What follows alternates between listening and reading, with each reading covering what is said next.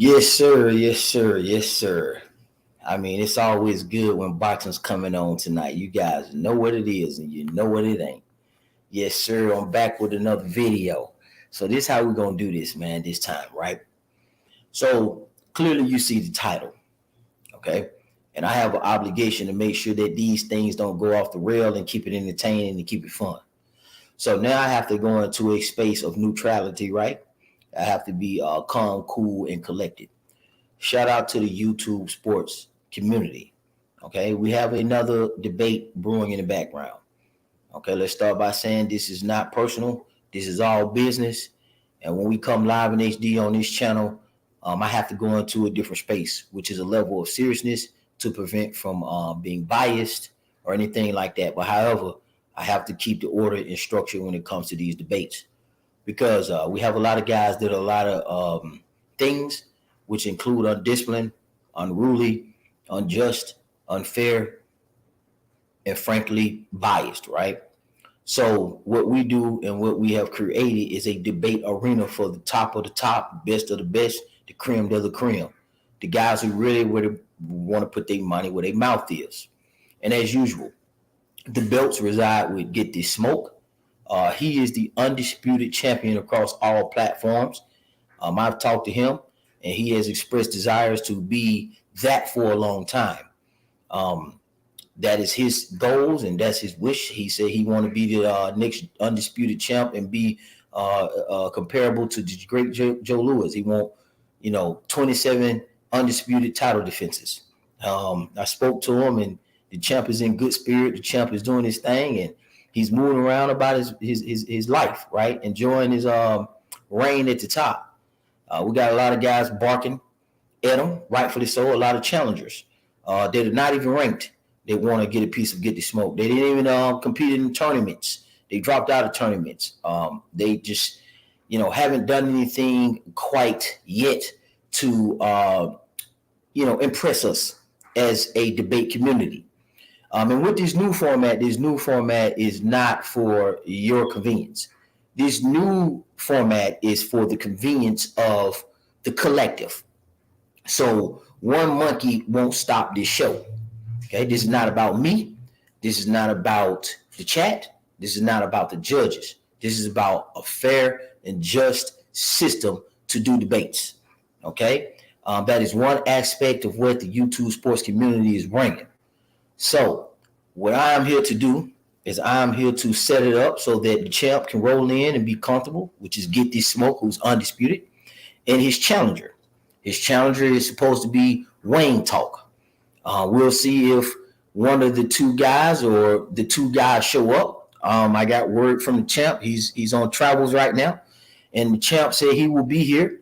The link is in the community chat because, for the record, I have a community chat with text messages. Waynetalk is in that, so he has access to the link now. Okay. The champ is moving around and already disclosed that he got business to tend to, championship business. He said he'll be here in about probably 10 minutes now, maybe 30 or less, right? And he has access to the link now. Anybody that may want to consider themselves to be a judge, they're welcome to get here as well too, depending on what the two combatants come to terms with or agreement on. I know some people may say they don't want the belt, they just want to get smoke, but we're going to find out. We're going to see what it is, and we're going to allow these two guys to set it up. We won't allow anybody to ambush anybody over here. You could call out all you want to call out on your channel. You could kick and scream, bitch and moan, and scream to the mountaintop, but you won't be doing it today over here. So, yeah, we're going live in HD because the YouTube sports community debate system is going to be A1. Ain't nobody stopping this shit at all. No form of fashion. That's how it's going to go. So I'm going to let some of my notable hitters come in here and click this thing and get a prediction on who they think might do what now. We can build it up. Let's find out. But one thing I'm going to tell you, get your fucking schedule together. The champ, nor me as the host, nor the judges, is going to sit here and wait for you guys and kiss your ass and be sitting on this for an hour or 3 or 4 and 5 and all that kind of stuff. Because there's money involved, right? I'm going to continue to give out a cash prize to the winner if they accept it. That's true. And before I bring in my boy Big ZONE6 to speak on this piece and just speak on his situation and what he want to think about, the topic is debate challenge. Waynetalk is running around challenging the undisputed champ, get this smoke. Okay? So this is how it goes down, and this is where it goes down. Anything else is unqualified. Anything else is uncivilized. It is not any authority or to be recognized under no circumstances. Get the smoke is the undisputed champion, and ain't nobody going to try to bully him and mess with him. Matter of fact, this is the champ right now.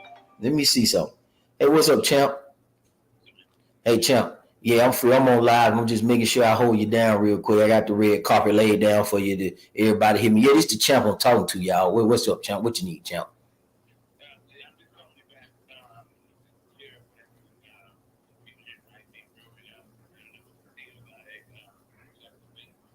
Maybe. Champ, I got it set up for you. I got it live right here. You can come on, and then we got you. We ain't going to let nobody ambush. Okay, I got it. All right, champ. They waiting on you. Oh, he said champ said 5 minutes, y'all. Okay, all right, I got you. All right. See, the champ ain't playing. See, the champ said give him 5 minutes. He said he finna pull up, and it is what it is. So let me get ZONE6 in here and see what ZONE6 got to say about this. So again, Waynetalk is challenging the undisputed champion, get this smoke. Now let me give you the rankings because we're not just gonna disrespect Kush. Kush is the number 1 contender. Okay? Truth is the number 2, and BVO is number 3. Those 4 guys have gotten in this arena already and gave great, beautiful debates. Everybody loved the debates. No one has any issues with the debates. So we're not going to allow a rogue, cancerous cell to act a fool because he feels some type of way because he ain't in the mix. And if he feels some type of way, he can bring his ass over here and express that against the champ and get his ass into a ranking system. Again, money's on the line. That's why I do that, so we won't hear no bitch moans and complaints. That's why I do that. I always tell you guys, it's cash prize and the belts. Let me bring ZONE6 in here. Yo, Big Zoe, what's up, man? Big dog is here today. On fire. Hey, I can't wait to see it, man. Hey, let's see what you going on, man. Hey, you talking about challenging getting smoke, boy. You gotta come with your game. Your A game gotta be on point. That boy, that boy, that be on fire, boy. He be on fire, man. They don't like it. What's the topic today for the debate? Okay, so first, shout out to Tim Zoo because Tim Zoo come on tonight on Showtime. That shit gonna be late, boy. He played. Who he fighting tonight? Campos.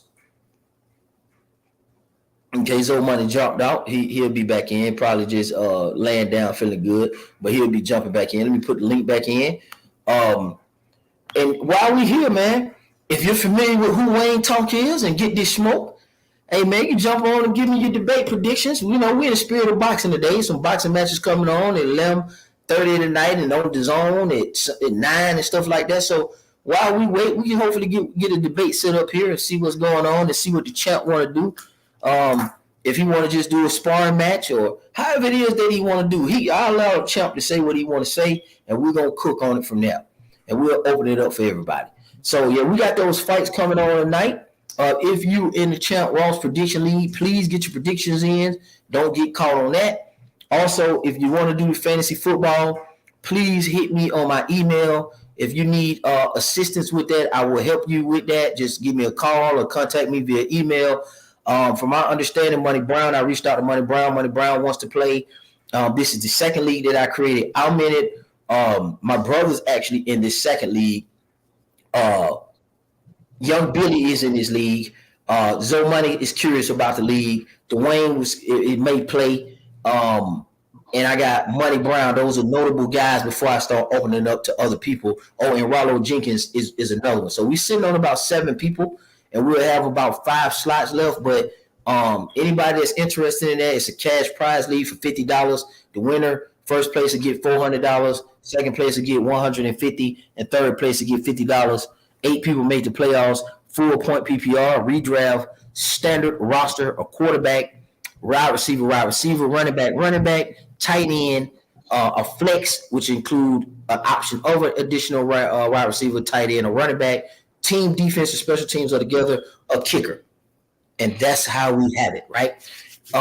So contact me if you're interested in that. So Zoe Money, go ahead, man. What's your thoughts on these fights and this possible debate, man? What you got on it, man? Go ahead, cool.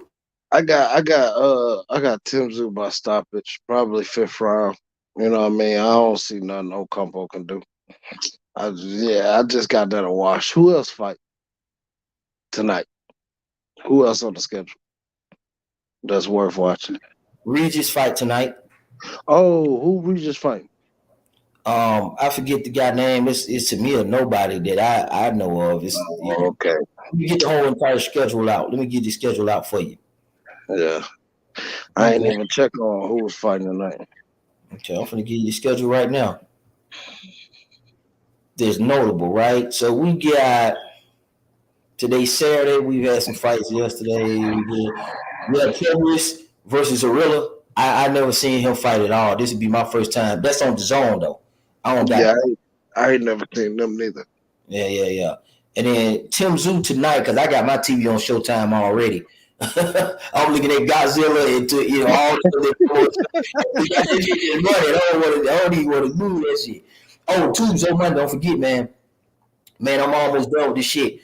But I'm coming to get you. We're gonna do our thing. I'm gonna set it up nice so me and you can do our thing. You know how we do. I need my boxing partner, man. I kind of been just Mr. Bills, we don't have no topic yet. What usually happens, let me give the people a background on how this happens. So with the debate, the 2 debaters get to control everything that they want to do, how they want to do it, when they want to do it. Okay? They come on live and they do what we consider the weigh-ins or the preliminaries. They get to haggle it out. They get to discuss it. I'll write it down and they'll set a date, right? Now, they may even say they want to do it tonight before the fight. They may come up with it now. And once we get the judges, if everything work out, we may take an intermission for probably an hour. Everybody go get their water. And them 2 may decide to debate tonight. They may decide to debate tonight. I'm not sure. I got time. I just got to see what the schedule permits, and we can go from there. Or they may say they want to do it tomorrow after that. I don't know. We'll see what Waynetalk schedule look like, and we'll see what the champ schedule look like. But that's how it usually happens. This is the first one that I've done because most of them happen. Well, this is the second one. When Kush and Black Truth challenged each other, it was live on my channel. All right, and then they went into the debate. With Get the Smoke and BVO, it was on Get the Smoke's Friday Smoke Tour channel. Jedi versus Tony Reviews happened on my channel. So the two debaters, they get to wheel and figure it out how they choose to do it. I don't handicap them. So the subject appears to be that Waynetalk wants to talk about Terrence Crawford and Earl Spence to some degree. He's went live twice, so I know he's available. Yeah, regardless of what he say, and that way he don't got to worry about no streaming. He can just go step outside and he can talk it over with Smoke. I won't have anything to really do with it. Only thing I would do is write and ask questions about the judges. If they decide to, if they decide on getting it in now, then it's just how they do it. Just how they do it. I always at least want an intermission, I would say, so you can go pee, poop, get a drink of water, get your coffee, make sure you're good to go, and make sure everybody in a good space. So you can do. I always suggest that, but they get to do what they want to do. So that's my opinion. So what you got on the zone, man? What you think, man? Waynetalk, you don't heard him spit his lick. You don't heard him spit on Terrence Crawford. He's a Bud fan. Yeah. Yeah. That boy Waynetalk, man, he be talking some good shit, man. Mm-hmm. And we was in agreement about what that Teofimo with David Haney. Mm-hmm. Y'all both was in agreement with Lomachenko, and y'all both was in with Teo. Yeah. He has some valid points, man. I'm interested to see what he come with Get the Smoke, because Get the Smoke a real technical guy. You feel what I'm saying? But Wayne is also, I think he hit on some real strong points. So it's gonna be. I mean, it just depends on the judge and how the judges take it. You know what I mean? How they elaborate on what they feel is best in that situation. So it just, I don't know, man. I got to see this one though, because definitely I think this gonna be a fire one right here. I think it's gonna be one for the ages, for real. Yeah, but that's it. Hey, man, sometimes people don't show up though. We gonna cook them, and we gonna see. It sound good. It sound good when it sound good, man. But let's see. He called GT. He called Get the Smoke out. Yeah, he in the chat, man. Look, why you here? If you can't check in the text message, man. Let's see what's going on. He went live twice. Yeah, I seen the text, but where he at? They supposed to be here, man. Get the Smoke. Say 5 minutes. Them 5 minutes up, Smoke. Let's go. Smoke moving right. Where you at? Smoke gonna show up. Smoke gonna show up. We just need to have. The problem is, and who I be worried about is the challenger doing all that talking. I be wanting to see if the challenger gonna show up. Yeah, they get to talking, but they don't put up. You know what I mean? You gotta put up or shut up. You feel? Because he went live talking about Waynetalk versus Get This Smoke debate, Terrence Crawford versus Earl Spence topics. And nobody was recognizing that. So let's give him a chance, because I don't know what he's trying to do. I don't know if he's trying to host it or what. I don't know what he's trying to do, but nobody's sanctioning that bout. Then he went 28 minutes ago. He went live. So I know he's around, and I know he hear this shit. He's around, and then he's in the chat. So I don't even know why he's not here. I hope he don't got no attitude or nothing. So come on, Wade. Hey. Come on out the rain, cuz. Come on out the rain. She sound good. Hey. Yeah. Hey. Let me see. Watch this. So I'm going to text him now. I'm going to give him a chance.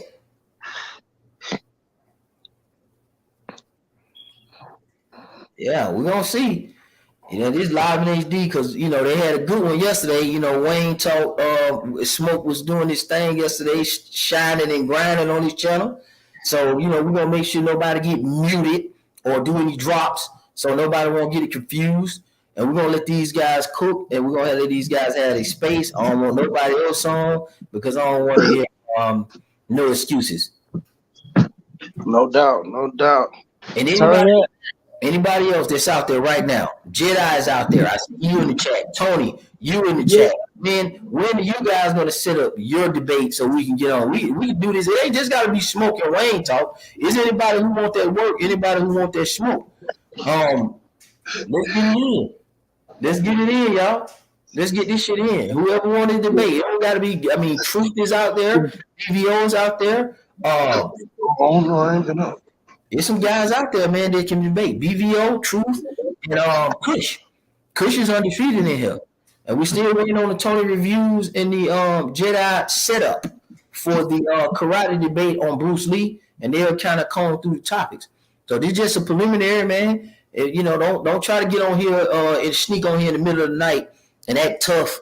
You know, this is the time, man. I know you niggas ain't doing you niggas ain't doing that. It's sad. Y'all waiting on boxing just like me. Y'all probably finna go get some dinner. Y'all probably have y'all taking a nap. You know what I'm saying?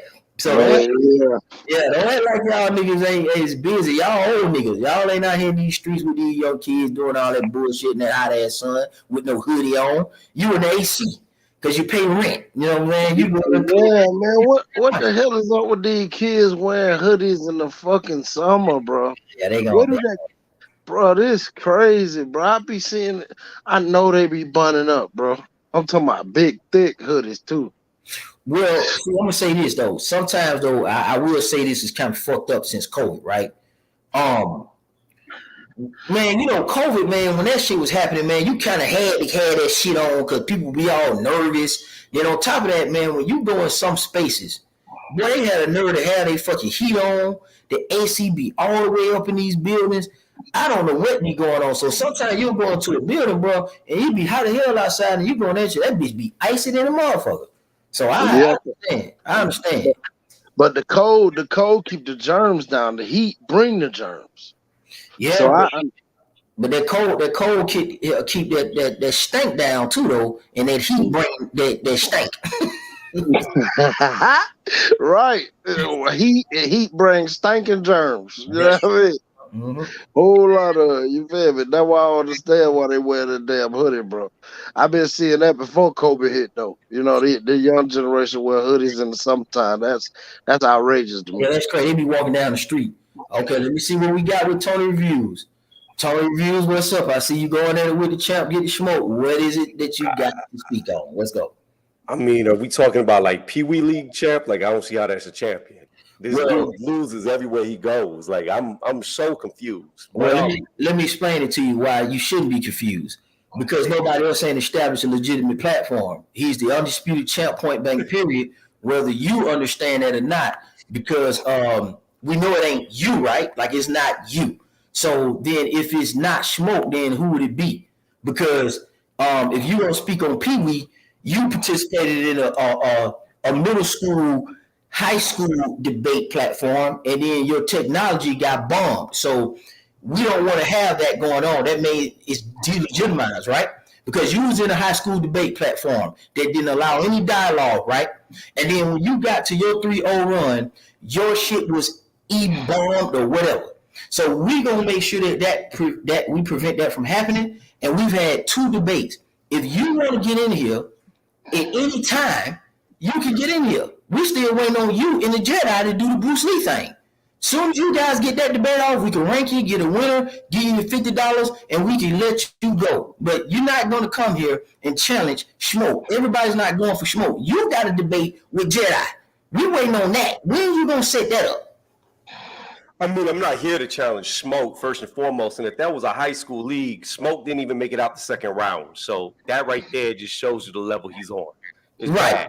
What level? No. Last time I talked to Smoke was over on Mad's Chad's channel, and the whole panel turned against him. Yeah, like, it don't matter. We talking about as far as Jedi goes, me and Jedi both want that debate. As soon as my computer gets fixed, then we good to go. Okay, so when you get your technology right, then come talking shit then, so that way you can have your shit together, and somebody say, "Get your ass on here, Tony." You see, don't do that. Don't come on here knowing that you can't fucking take a debate and talk shit. That's that shit. That's why I call it high school. This is professional. First and foremost, hold up, wait the fuck a minute. Time out, pause. Stop dropping motherfucking roll. First and foremost, Jedi's right there, and he ain't even talking about debating right now or today. So you're acting like I'm being caught out at this very second, this very moment, which I was not. So I don't even know where you're coming from. I got up here like I'm scared or some shit. If I was scared, I wouldn't get up here. So I don't understand where the aggression's coming from. No aggression. Calm the fuck down and relax. You take too many shots. Okay, relax. Calm the fuck down. Nigga, you ain't the only one that bitch 3 son. So calm your ass all the way the fuck down. Stay in your lane. You ain't talking to a nigga this 147. You're not doing that on here, Tony. Yeah, and I'm in Georgia. So let me explain this to you. Your technology first of all, we have your respect. We love you. You did your thing, and what happened to you was some bullshit. So we understand that you are in a space to get your technology together. So you're not in a position to be willing out any challenges or criticism, because if somebody bite back, your technology is not right. So how can you say anything? You and Jedi have a debate set up already. So we're looking forward to that. What smoke is and what smoke ain't, he ain't finna debate you on that. It's already in the books, my boy.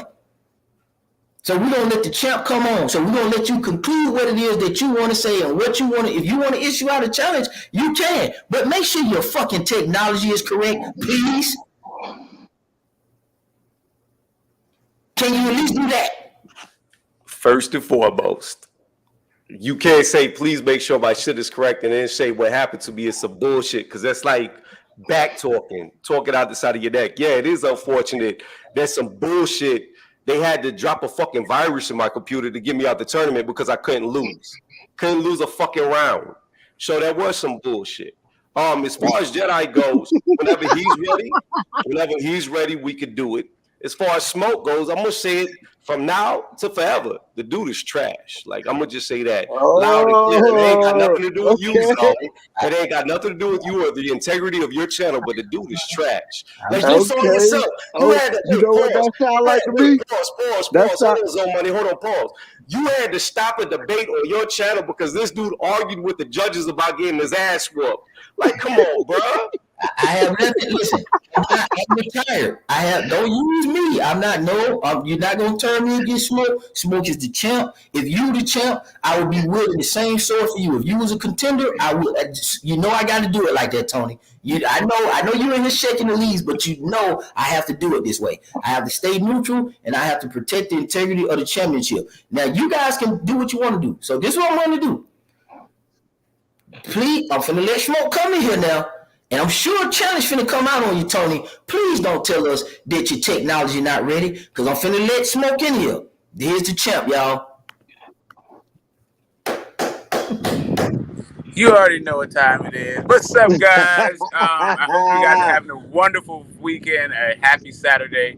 And first, before happy Father's Day to all y'all, man. Hey, what's up, man? And before I even get into this, man, I'm sorry you couldn't cook yesterday on the panel. I saw you came up there, and I was very interested in hearing what you had to say on the subjects. But yeah, you cut out before you spoke. But yeah, thanks a lot for stopping by anyway. And what's up with your zone? Yeah, man. Apparently it's heating up, and people champing at the bit. They want a piece of me. Tony Reviews. What can I say about Tony Reviews? You know what it reminds me of? It reminds me of a story of Muhammad Ali versus Sonny Liston, where he got the liniment in his eyes, and Muhammad Ali was like, "We got to stop the fight. We got to stop the fight. But expose to the world. They cheating. And Angelo Dundee told him to get back in there, shut the fuck up, stay away. Listen, if people went along with the way that Tony Reviews did business, we wouldn't have Muhammad Ali. It'd still be Cassius Clay with fucking liniment in his eyes, right? Anyway, like I was saying, yeah, this guy, Tony, he calls me trash. Well, he's been beat by trash every single time he steps up to the plate. So I don't know what that makes you if I'm trash and you can't beat me. So there is that. But I mean, the other part of this is this, and this is just some life advice, like in general. Stop being such a fucking liar. That's it. So yeah, my IQ just dropped about 30 levels listening to that bullshit that was based around delusions. Like, this dude called me delusional. He's delusional. First and foremost, who's beat me? Nobody. I got one loss on my record, if you want to count it against knockout, but yet the entire chat said I whooped his ass all 3 rounds, with his judges saying I lost. So I'll give you that. But Smoke, you ain't won a debate since never. Man, now he going to talk together. That's what little bitches do. You don't let me speak like a little chihuahua. That's what you I'm sorry. Do you need to speak? So remember you was talking about 147-pound people. That's that right there. That's that. Yeah, no, yes. 147-pound people need to interrupt, so you should be prepared for it. Little dog. You should be prepared for it. Keep trying to talk when I'm talking. Little chihuahua. You all bark, no bite. You can't do shit. I'm gonna sit back. I've been cooking you since before Knockout was on YouTube. Like, what are you talking about? Like, really, your record consists of Knockout? That's all your record is? Knockout? You've been getting knocked out before Knockout was even on YouTube. Like always. So you're just running your mouth, bro. You don't have shit to say. Wayne, please you're just running your mouth. Why are you running? Why are you taking so long to say nothing? Pass the mic. Check this out. I think we got. It's gonna be embarrassing. Hey, I think we got another fire matchup right here. Hey, it's not fire. When are you gonna find out this dude's a fucking fraud? Just talks loud and says nothing. They put a virus in my computer. Okay, go convince somebody of that shit. Stop crying. So Tony, did you hear? Do you want to challenge Smoke to a debate, or you just wanted to express your feelings? Just let me know so I can get the writing. What you want to do, Tony? Oh well, okay. Now Jedi just popped in. Now look at this. See, Tony, you got to fight a war on two fronts. Yeah, he wants next Saturday. I'll do it with. We'll go ahead and knock that out next Saturday. Whether I have to be on my cell phone or not, I'll go with Kato. That's cool. All right. Jedi gonna do it next Saturday. I just need to know the time. Okay, hey, however y'all want to do it, I'm with you. Next Saturday. What time? Let me see, Tony. Let's do it next Saturday. So, and we curious about that one, to be honest with you, because that Bruce Lee one, I think you got some. I can't wait, man. So you might have to do it on your phone, and then we waiting on the time. So listen, this is what we'll do, Tony. You got to prepare for something on Saturday with Jedi. We're gonna let you go ahead and close. Okay, he's saying 3 p.m. He said 3 p.m. and he's Florida, so I think he's East Coast. I don't think he's on the Panhandle. We are at the same time zone. Okay, all right. So he's I mean, when I say Florida, I gotta make sure he's ain't on the fucking Panhandle. Tony, stop being so fucking snarky, man. No. I was letting you know he's like right below us. This dude like around Jacksonville. Okay, shit, he could be in Pensacola. God damn it, I gotta make sure. I'm telling you, I know. All right, so what's the questions? What's the 3 questions, or what's the subject? What y'all want to? Well, the subject has always been between me and him. Bruce Lee's not a real fighter. Okay. That was always what the static was between us, because I don't believe he's a real fighter. Not a real fighter. Gotcha. Okay, that's a good one. Next Saturday at 3 p.m. This is a good one.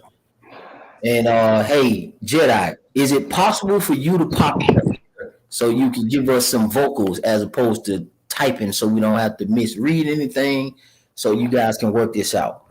We'll give Jedi opportunity to get in here real quick, and then we'll turn it back over to the champion. I know that doesn't sit well with you guys. I understand, but Smoke is the champion, no matter how you slice it. All right. So, hey man, I want to see Smoke and Tony, bro. That's what I want to see. Man, listen, like Tony can beat Bruce Lee, man. Like, you know what it is. Like, this dude is the best that ever did it. I want to see this. You know what's funny though, man? Hey, Money. You know what's funny? I ain't got to be the best to ever do it. I'm just better than him. Yeah, from your lips to God's ears, right? I mean, are you ever going to win a debate against me, though? Are you just going to go around saying you're better than me and losing all the time? Get it out. Yo, let me tell you. Go ahead, get it out. You done? I don't know. It depends. Depends on what you say. Let me tell you how slow Smoke is. Listen to this, though. I'm very slow. I'm probably slower than what you think. Okay. I'm probably slower than what you think. Go ahead. I hopped on a panel that this dude was controlling the pace of. He was there for Mad Chad. Mad Chad was gone, right? What's the pace off? What's the pace off? I didn't say the pace off. I said the pace of, you idiot. Oh, pace of. Yeah, I mean, I am not very smart. I'm sorry, bro. Like, help me out. I'm trying to keep up. Not very smart. Man, 40 IQ points is now dropped. Yeah, I know. Hey, man, you spotted me at least 20. So anyways, this dude was running the panel, right? And this is what's so hilarious.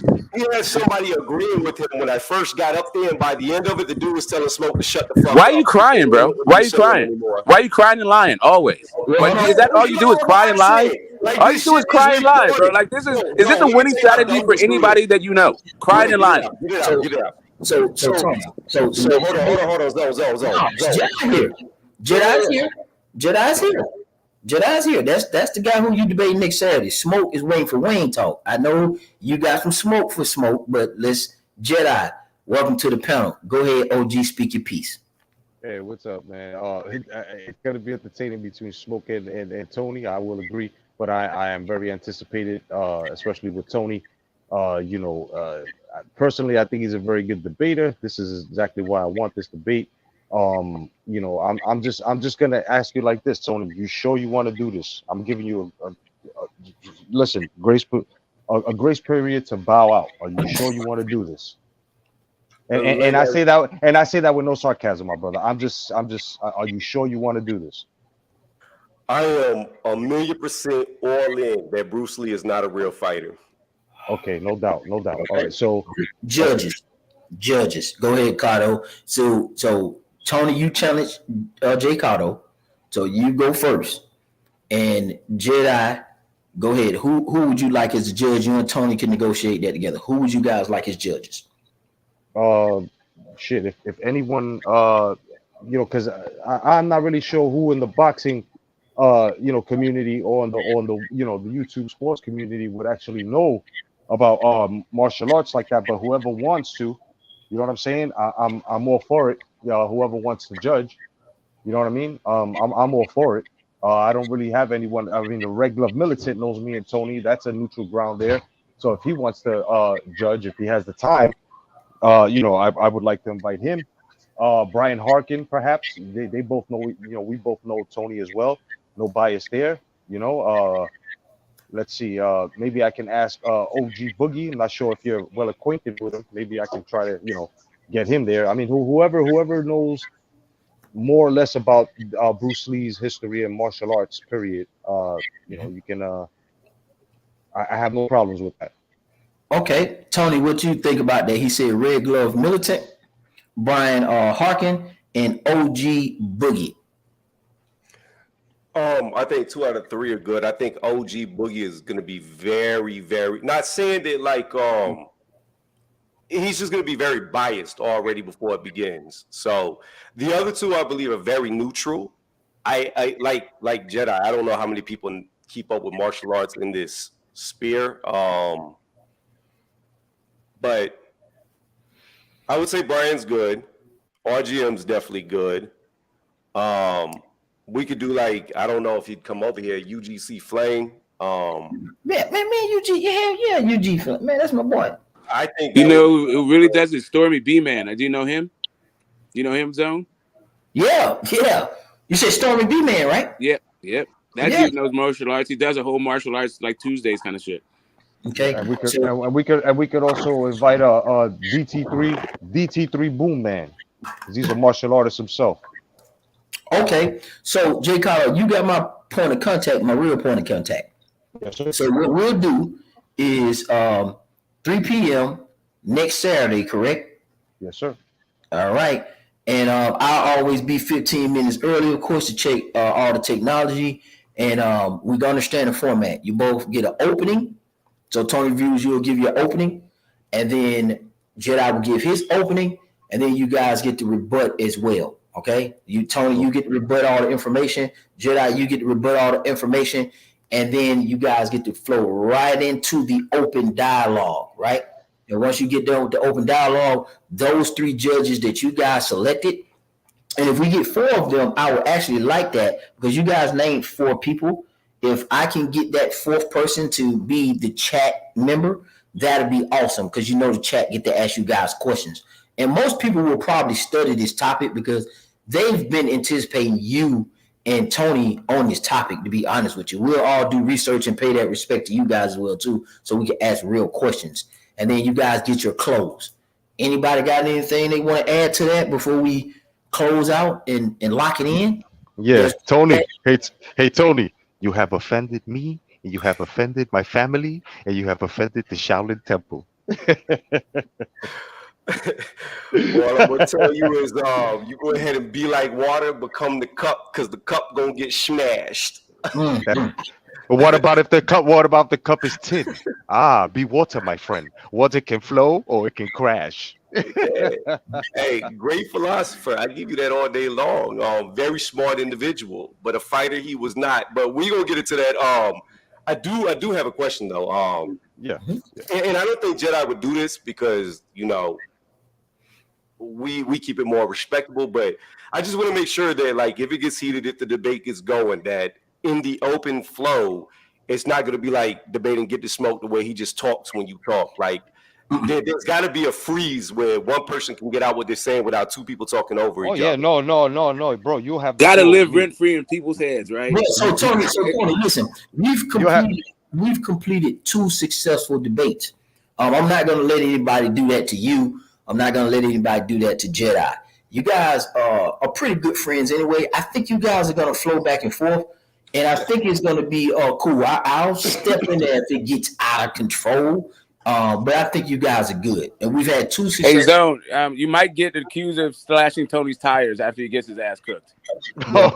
Shit. Yeah, like, who knows what the hell's going to happen. You might get accused of, like, creeping into his house, turning off his goddamn electricity so he couldn't study. You never know. Okay, I'm a big boy.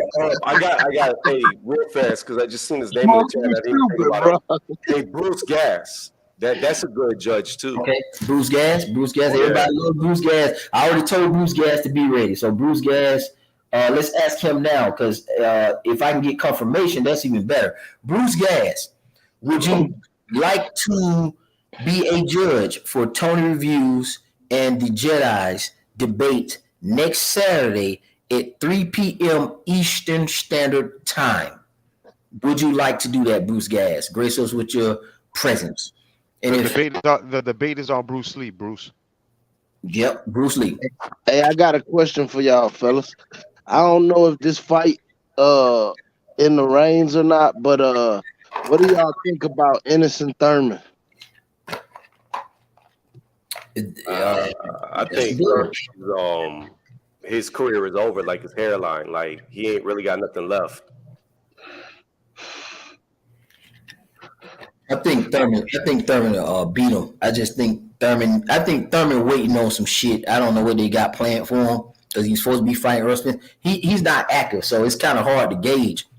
But at the same time, Bruce Ennis ain't really accomplished too much in my eyes either. So it should be the next fight, personally. That's my opinion. So listen, let me make sure. Let me see. So Bruce Gas, we got that set up. I'm not gonna hold Tony and I'm not gonna hold Jedi. We're waiting for Waynetalk to set up his debate with Get This Smoke. I'm gonna let Get This Smoke do his thing. Tony, where can we find you? What it is you want to say to get off your chest? Go ahead. I mean, you can find me on Tony's Reviews. Videos haven't really been dropping that frequently because I haven't had a computer to drop them on. So, it is what it is. Channel's a little dull right now, but I will drop occasional cell phone videos.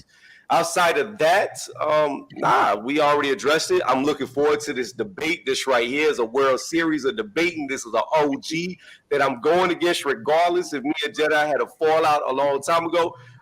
The dude's got my utmost respect, and I know his knowledge is on point. And hey, you gotta dare to be great. I'm a fucking cruiserweight going against a heavyweight in this, and I'm ready to step up to the challenge. Call me Usyk, because that's AJ right there. I'm about to prove my worth.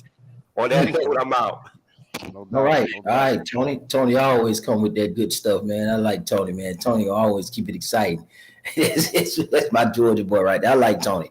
I am going pretty far in the tournament, though. No lie. No, all due respect. But I did have him losing against Monnie Brown. That's what I had. You know what I'm saying? It is what it is. Okay, Jedi, go ahead and close us out, man. Appreciate you for joining us. I know your time is limited. So go ahead and cook on it and do what it is that you do. Where can we find you? No doubt. First of all, I want to say thank you very much to my man ZONE6. No doubt, keep doing your thing. You know what I'm saying? Peace to everybody else on the panel, everybody else that was up here and that's going to be up here. Peace to everybody in the chat. You can find me on my channel, The Jedi. I'm in YouTube jail once again. You know what I'm saying? But I'll be out in 2 weeks. You know what I mean? Otherwise than that, man, I'm looking forward to this debate, and I'm going to prove to y'all significantly exactly why Bruce Lee was actually a fighter, not a competitor. There's 2 differences. Otherwise than that, God bless. Stay vigilant. Peace. Thank you, Zone. All right, no problem. We got to support our boy Jedi, free Jedi from the YouTube jail. This is a perfect way to keep him going and the juices going while he's in jail. And that's always a good thing to do for both people. And Tony hasn't have technology issues right now, so it's also good to see him talk his shit. And that's what it's all about, man. Why these guys are taking care of business, technology issue, and then a actual code of conduct issue that's going on. And both of these guys get the act of food next week on Saturday. Bruce Gass is requested as one of the judges. And again, Jedi, let me know about those judges. Send me the final list for the judges, as long as you and Tony Reviews agree. Now, to the man of the hour, to the champ. I don't know why I told him. Let me tell you guys this right now. I'm not going to let you guys try to hyena my boy Get This Smoke. Because he's the champ, man. He's the legitimate champ. I was calling for guys to, debate for the belts. No one stepped up to the plate except 4 guys. And I keep naming those 4 guys. So I greatly appreciate those guys and all that they do. But I'm not going to let you guys try to undermine the champion. Okay, because if I let you do that, then you're going to undermine the structure of the debate, because then what happens is this look like this for play. And I'm not going to let you do that. You're not going to get on here and just issue out false challenges as if though Smoke is not answering 10 guys with challenges and a guy talking about a gang of leprechauns is stealing his laptops. No, we're not going to do that. You got to have your technology and shit together before you do a proper call out. And we're waiting on another guy who's doing that. He's been on live twice. He's in the chat. Now all of a sudden he can't get on here. I call the guy, he'll get online and we'll talk for 10 hours.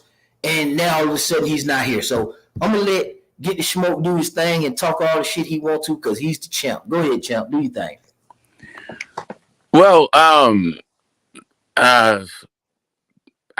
greatly appreciate the platform and the opportunity to display what I like to do when it comes to this community, right? I like to talk boxing. I like to chop up opposing ideas. I like to bridge gaps and also entertain. So you're killing the game with that for me. Today, I woke up very happy. It's a sunny day in California. I was chilling out. Tomorrow's Father's Day. I was getting with my old man who doesn't move the way he used to. He can't get out to the links the way, whatever. I mean, being my son, doing my sonly duties kind of thing. I got a phone call talking about how I had a debate that was supposed to be happening like right then. Like, oh, okay, that was it. I didn't get too far into the phone call because, like I said, I was moving around doing my family obligations kind of thing. And I circled back and I saw that I was having a debate. Like, I found out, I don't know how long it was after the debate ended that I was supposed to be in a debate. I'm not sure what the subject is. I didn't know that I was supposed to, I didn't know it was like pull up time, like it's SWAT. You're just going to kick in my door. We're going to debate and I'm a duck if I'm not available at that moment. I'm not quite sure what the fuck is going on with people, but if I am free on the spontaneous thing, I'll definitely link up. If we can get like some sort of group thing or like a group hangout, a group chat, a group text, where if you want to go live in just like 5 minutes, just give me a heads up, put a link in there, and I'm your guy. I don't mind sparring session. I'll show up to your gym, do a little bit of light work. But if you want these belts though, you're gonna have to set it up and do it the proper way with judges. We need to make sure all the rules are there. We need to make sure the time and all that stuff, right? That's if you want the belts. But if you just want to, sharpen your skills, hone your abilities, I'll definitely slap you up. It's not an issue for me. We do this on the regular. We do it for fun. We do it for free. We do it for the community. Like, we do it for the culture. No problem. All right. I called you out on Twitter 5 minutes ago. You ducked me. Oh shit! Okay. Red Glove. Did you hear that? Man, I have not fucked with Red Glove in a dog's age. What's happening with you, baby? How you feeling? Hey, how's it going? Get this? I'm doing good. Hey, listen, you guys might not know this, but like behind the scenes and a couple of my thumbnails, Red Gloves was like he was indispensable. I needed that guy. He did a couple of really nice touches on some of my favorite thumbnails. But that's Red Glove. Tell you about Red Glove. Red Glove is like a really silent assassin, man. For me, Red Glove every time I leave or I come back, Red Glove is immediately supportive of me no matter what happens. He's one of them guys that's great behind the scenes that don't get his praise. He's not out there dancing in front of all the videos. You know, he allowed you to just relax, chill. He's always in your comment section. And man, we greatly appreciate you, Red Glove. That's why these two guys have requested you to be a judge for the debate on next Saturday at 3 p.m. Eastern Standard Time. Would you be able to do that for Tony Reviews and Jedi? Because they requested you. I should be able to. How long do these debates typically last? An hour and 45 minutes, really. If as long as we time, it's just an hour and 45 minutes, and we'll be out of. So let's say from 3 to 5, just to be safe. Okay, I should be good for that time. Okay, what time zone you on by chance? I'm in Florida, so I'm on the same. It's Chicago. Okay, so me, Tony, so we'll be good to go. So that'll be perfect. Hey man, what you want to speak on? You want to speak your piece, or you just here to just let Smoke talk that trash? Go ahead. Yeah, I just wanted to mess with Smoke. I heard him saying that people was like calling him out and then saying that he ducked them. He's out chilling with his son and chilling with his dad. So I was like, hey, I called you out 5 minutes ago on Twitter, and you ducked me, son. I gotta get my Twitter together. It's been like a couple years since I was on Twitter, but I'll figure it out, man. I'm a boomer over here. Nah, I just wanted to mess with Smoke. And last time I jumped on this panel, for some reason my internet was just hot garbage that day, so I figured I'd give it a try. But yeah, big shout out to ZONE6. Nice to see him back doing this thing. Looking forward to seeing the new Eastside Palace whenever it's done. And nice to see Smoke doing his thing. You know, he had his channel for a couple months. It's growing. And he, you know, I'm proud to see, you know, what Get This Smoke been doing since he's started his channel officially. I agree with that. We're gonna get Smoke whatever he wants, man, and we work as a team, man. I just like to have fun. Yeah, you were two of the people that that actually helped propel me to actually even start making content, because I was just doing my thing amongst the boxing fans, but now I feel like I have a responsibility to the community. All right, that's what's up. Hopefully I'll get back to doing my thing. It's just, you know, I had some setbacks last year, and then right now I'm studying for the my Series 6 license. You know, are you gonna start trading? I don't. In the beginning, I'm not, but I'm gonna be working with annuities.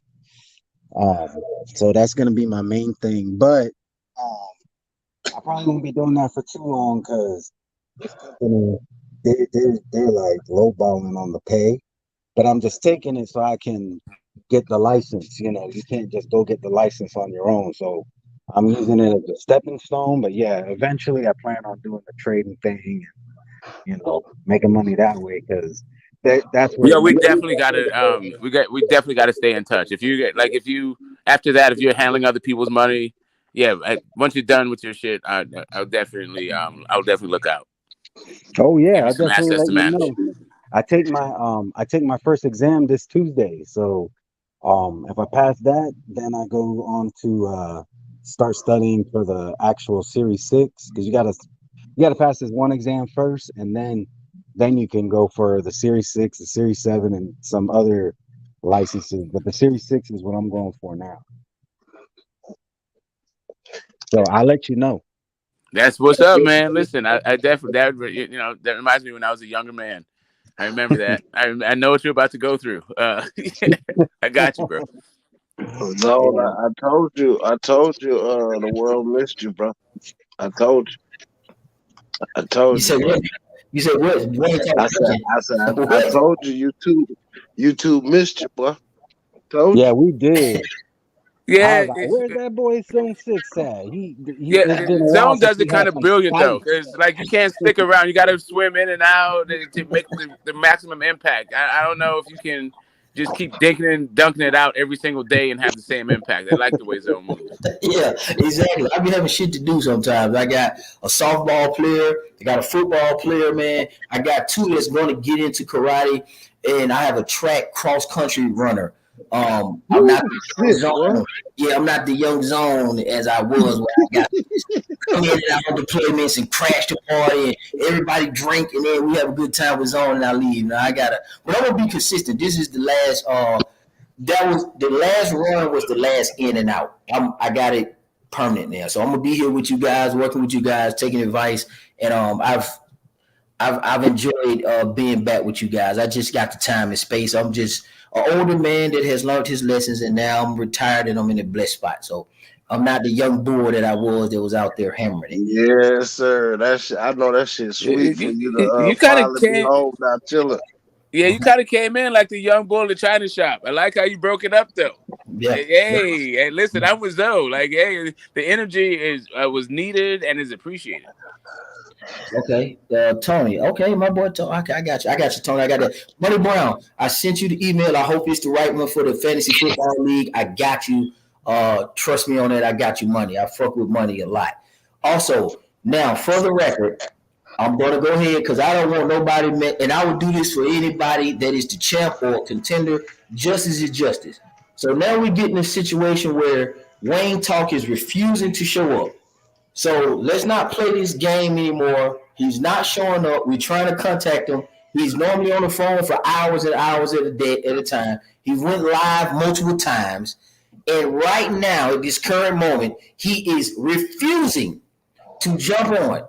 He's saying, and let's keep it all in good spirit because we don't want any liars. I'm tired of liars, man. I told you yesterday I do debates on my channel only. Since when? I went live. I dropped a text, told Smoke to hit a link. He didn't come, so I cut the live. Come on, man. Okay, so if I didn't see the text, then am I still cooked? Did you like? I'm listen. I don't mind giving away my phone number. He can call me up before he goes live. I don't know how I'm supposed to figure out that he wants to debate at this time and he's live. I might not even know that he was live until the shit was over. Man, fuck that. Let me do this. Let me get his ass. Let me see. B-Talk, crank it up, bro. Stop playing and get your ass in here, man. Put it in text, though, because he trying to duck this shit. Yeah, no, I'm here. I'm here for hours, bro. I'm here. Like, listen, I'm here for you got 24 hours. Don't let that ducking title get on your neck, B-Talk. Come on now. Yeah, I'm right here, man. Like, I didn't know. Like, bro, I get it. I feel what you're saying, and I understand the energy and, like, building up the anticipation and all that shit, but you don't have to build up anything. I'm here. Yeah. He's scared. He don't want to do it. I'm shivering. It's little old me. Like, what the hell?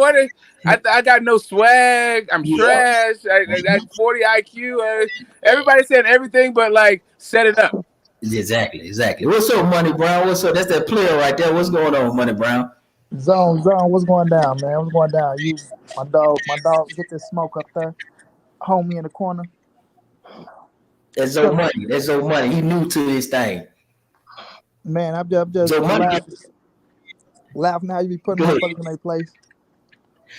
Yeah, man, because these guys, if it's you, Money, I like to tell people the truth, man. My boy Money got the belts. If he in a spot, man, it got to be a level of protection and truth behind some of these. We can't just let people lie on Money, lie on ZONE6, lie on goddamn Get the Smoke, lie on Tony. No, man. The truth is the truth. You can't be going on your live, painting these false narratives, lying on people, asking them bullshit questions. No, man, we're gonna make sure everybody protected over here and make sure everybody get their fair shake on all these sports. And Smoke is the champ, man. They gotta be respected. If you don't like it, just challenge the guy. He's here live in HD. It is what it is. Fact, Smoke always go pull up on their ass. So if they talk shit about, Smoke ain't gonna let nobody talk shit about him and get away with it. So Smoke pulling up. But I just like the way when a nigga think that you about to help him out or some shit. You know what I'm saying? Zone, nigga, you be face to face with nigga. Zone, ain't that Zone? Nah, nigga, that go this nigga right there you talking to. Don't use me. Don't use me as a getaway. Yeah, don't try to do that with me because it's not me because I handle my own stuff. And when I do my own stuff, nobody's helping me. I don't ask for that. I say, hey, man, I'm finna go over here and do this. And they be like, all right, cool. And that's how it's supposed to go. Sometimes you got to hold your own nuts. Oh, Money, too. Don't forget now, I sent you the I didn't send you the fantasy invite through the application yet. I sent it to your email. Yeah, I just sent you. I just emailed you back. Yeah, Okay, so cool. Let me yeah, send that's that. how I want to be in more things like that, man. Football, basketball, because everybody know everything about boxing nowadays. So shit, if everybody know everything, it don't make no sense to even. Yeah, man. It don't even make no sense to do no debates nowadays. Shit, how people feeling? Everybody know everything. Exactly. All right, Money, while you here live in HD, boy, I get to it. Let me get you in here. I'm finna send you the invite right now. And what we gonna do is, okay, I sent that to you, Money, so check that. Join in there, getting the application. If you got any questions, let me know real quick. It's full PPR, 12 man. 8 people gonna make the playoffs. It's a $50 buy-in. We will do it via Cash App because some people are international and they can't pay through the application of Yahoo. You're Right. gonna go through Yahoo, as you familiar with this. It's a redraft, snake draft. It's the conventional roster, quarterback, running back, wide receiver, the tight end, in a flex position, which can be a tight end, a wide receiver, or a Right. running back. And then Right. it's the defensive team, special team together, and then the kicker. Okay, so for us a defensive team, you can just like pick. You can pick any defense, like whichever that week. Got you. Yep. And obviously you watch football, so you know the Patriots jumping, the Right. Bills jumping. Right. Okay, so also, once the league, the first league is already filled. The second league is the one because I had Young Billy say he wanted to do it. Rollo, a lot of other people say they want to do it. So I'm filling this second league up, and I'll stop right there. And we'll keep doing it as long as you guys like it and having a good time. Because I don't commission these leagues before, so this is gonna be fun. Let me make sure I got everything covered. Yeah, and like I said, I usually like to go through the system because I like people to feel comfortable about their money, but a lot of people don't like the system because the system asks you for too much goddamn questions. So we'll do Cash App because the guys overseas like Dwayne, England won't let them gamble, so they can't get into the league. So I got to do it through Cash App. Oh yeah, that's cool. All right, that's a bet. So I'm gonna send it to you next week for sure. Okay. No money's due yet. No, the money don't get due till August the 15th. So this Okay. gets you. No, it ain't like I just want everybody to get in administratively. Go in there, you change your team name and talk your shit in the chat. Get familiar with the chat. Do some mock drafts. So you already sent the email to me. I didn't send you anything yet because I want to make sure you were straight. I kind of give everybody on time. Focus on Money Brown right now. So I'm moving to you next. You see what I'm saying? All right. Well, I just got on the movie set. You know what I mean? So I was doing that. What movie I was on last night? It's called Sister, Single Black Woman 2. You know, it's a BET movie. You know what I mean? So I be working like 16, 17 hours, bro. So it'd be hard for me to catch y'all. You know what I mean? But definitely, bro, send that info. I'm gonna get with you on the back end since I know you off today, right before boxing come up. But man, you're gonna lock in and we're gonna lock in anyway. We're the same here. This is my East Side partner right here. He the one who got me back on this shit, man. Yeah. And Smoke, I heard Smoke was making a lot of noise, so I looked in after ZONE6 said I seen Smoke. I seen a lot of guys making the noise, and it made me come back. But go ahead, Money, man. We could go a little boxing and stuff and see if do we have a debate or did I? Man, Shelton Moore, B-Talk. Listen what I'm going to tell y'all do. B-Talk just dropped 2 videos. Calling out, one of them calling out Smoke. Man, y'all go to Waynetalk channel. Let me put his stuff in here, man. I'm going to drop a link in here. So y'all go tear his ass up for bullshitting with my boy Shooter. I don't appreciate that. I'm going to set it up right. Y'all ain't going to disrespect my champ, man, and my contenders. Let me see. Let's get this right all the way. Hey, I know he's not scared. He's just like regrouping. I think he had a vision of how it's going to go. That I was just going to look at my phone and see that he was live. Going to go over there, and then we're going to have a discussion about Bud and Spence, in which he was going to cook me, and then he was going to be resolved. All issues are going to be resolved. The problem is, I didn't know he was live in the first place. So every other domino after that wasn't able to fall. But it's not too late. Don't trip. They don't have to be. Don't let the perfect be the enemy of the good. If your points were valid 2 hours ago. They're still valid right now. Like, I haven't listened to the video. I didn't listen to it. I just saw the 29:32. I heard, like, I listened to it. Okay, hold up. Let me be in full disclosure. I listened to about 15 seconds, maybe 20 seconds when you were talking about Sean Porter might or may not have, like, whatever could have happened with his preparation in the Bud fight.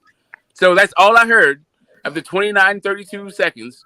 Right? I don't know what you're talking about. I won't listen to the video, or if you want me to listen to the video, I will. But yeah, like, whatever points you had back then they should still be valid, right? It's not like there's an expiration date on them. D-Talk, get your ass in here. Hey, get your ass in here right now. Go ahead, Shelmore. You got the flow, man. What you got to say, man? Speak on it. Oh, somebody, I hear somebody stroke yet another challenger for the title. Somebody want to shout at the champ? They don't. They just want to chat. They just want an excuse to throw dirt on my name. I don't know what it is about these guys that make them feel better about themselves because they talk shit about me, but whatever. Hey, I mean, you know, people, this debate thing look like it's picking up steam, man. Everybody wants to debate all of a sudden. So Smoke been saying he's the champ. Smoke proved it last Sunday. Dispatched a young fella. Hey, the champ is here. So anybody want your shot at the title? The floor is open. Boom, boom, boom, boom, boom, boom. The champ is here. Man, I wish I didn't know that he was going to be personally offended by that. Like, yeah. What the fuck? I mean, that was not personal to you at all. That was a personal attack. That was me. Yeah. That was just me talking, setting the record straight. Like, what happened. Like, I don't. Whatever. It was a good debate. Sorry, Mr. Moore. Go ahead. Cook.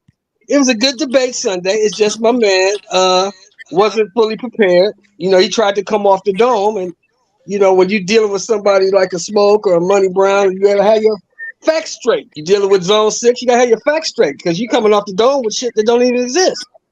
I think again, Sheldon, I don't think he was coming off the dome. I think he was prepared. I think that it's just you guys ask good questions. You guys ask tough questions. Sometimes it's not about.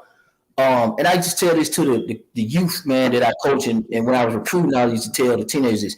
It's not that you're necessarily wrong or deficient. Sometimes, bro, the other person or the other situation is just motherfucking better.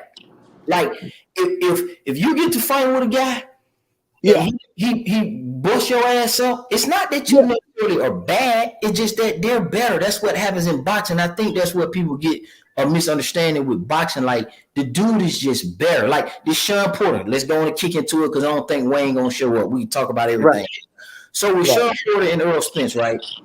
Sean Porter is just better, or Terrence Crawford is just way better than Sean Porter. That's all it was. Regardless of what he say. He could say throw in the towel and he didn't listen and all that. Yeah, all that. Yeah. No, I'll say this. Listen, if we was to ask anybody going into the fight who they had winning the fight, majority of the people would pick Terrence Crawford, right? Right. You know what I mean? These are facts. But it's just when you go in and you see the performance, and it's like, I'll say this as well, right? When you coming up and we see Sean and his daddy, maybe Sean was just tired of doing all that shit because we knew he was 1 foot in, 1 foot out. And we know Kenny Porter, he wasn't strict motherfucker. He liked things done his way or no way. You understand what I'm saying? Right. And Sean was standing his ground, like for once being the man, right? And it took him to the end of his fucking career to be a man and be like, look here, Pops, I'm not doing all that shit, man. You feel me? Like, fuck that. You got me going through the motherfucking ringer. By the time we get to the fight, I'm a little burnt. You know what I mean? I want to save a little something. So it could have been that aspect of it. Or it could have just been Sean just ready to get the fuck on, man. Look, I'm gonna get this payday. I don't think I'm gonna beat this man. I'm gonna do what I can do, right? Either way it go. You know what I mean? We do all that shit and I still come up short. So I'm gonna do it my way this time. And if I come up short, at least I did what the fuck I wanted to do. You know what I mean? So I look at it as that aspect of it. You know what I'm saying? But it just come down to when people picking, the way Bud did him and the way Earl did him. You know what I mean? It's gonna always be that effect on this Sean give everything he have, like he gave everything he had in the Earl Spence fight. Because I am one of them that believe Sean went over and beyond for Earl Spence, and he didn't go over and beyond for Terrence Crawford. Don't mean it wasn't a good Sean Porter, you know what I mean? But when Sean say things like, all I have to be is 100% one time in my career, and that one time was again. I want to be that again. I want to be 100% one time in my career, and that one time I wanted to be against Earl Spence. You know what I'm saying? We still can't. No, you can't undermine that and what he said.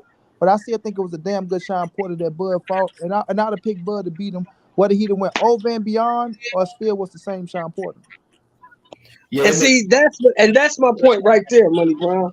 sure, At least you can be objective. At least you can be objective. Sure, we're gonna rotate it around. What we'll do is let's make sure we get a good order. So we'll let you go. Yeah. I go, and then Smoke go. Go ahead, Shelby. Okay. No, I'm just gonna say that's at least you can be objective. The issue I have with some of these people is when they say Sean Daddy stopped the fight. Sean was 1 foot in, 1 foot out. Sean didn't give his best effort. Well, whose fucking fault is that? That's on Sean. You know, you're using these things to take away from the victory from the other guy. Oh, well, he didn't get the best Sean Porter. You don't know you wasn't in the camp. You don't know what Sean Porter did in that camp.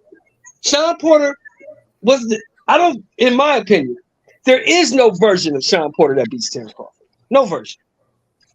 You can take the Arrow version. You can take the Keith Thurman, whatever version you want to make up. He's not good enough. That's what I said when the fight got signed, and I'm sticking to that. I thought it was a good fight.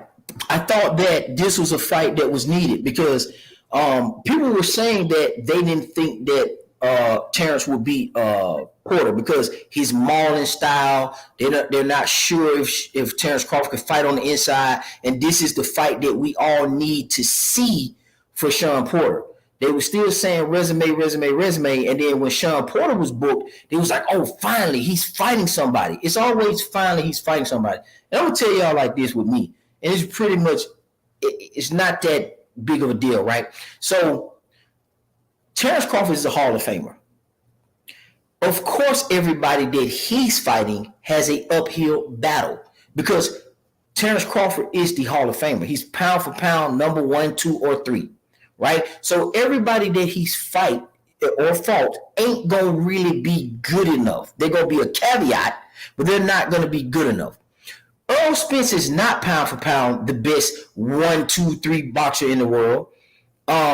He's only fought at welterweight, and everybody that he's fighting, he's going to get full credit for because they're hovering around the same level. The Keith Thurmans, the Danny Garcias, the whole PBC crew is hovering around not being fucking great. Look at their roster and the shit that they do. Pacquiao went over there and dropped the ball. Okay, that was a legend.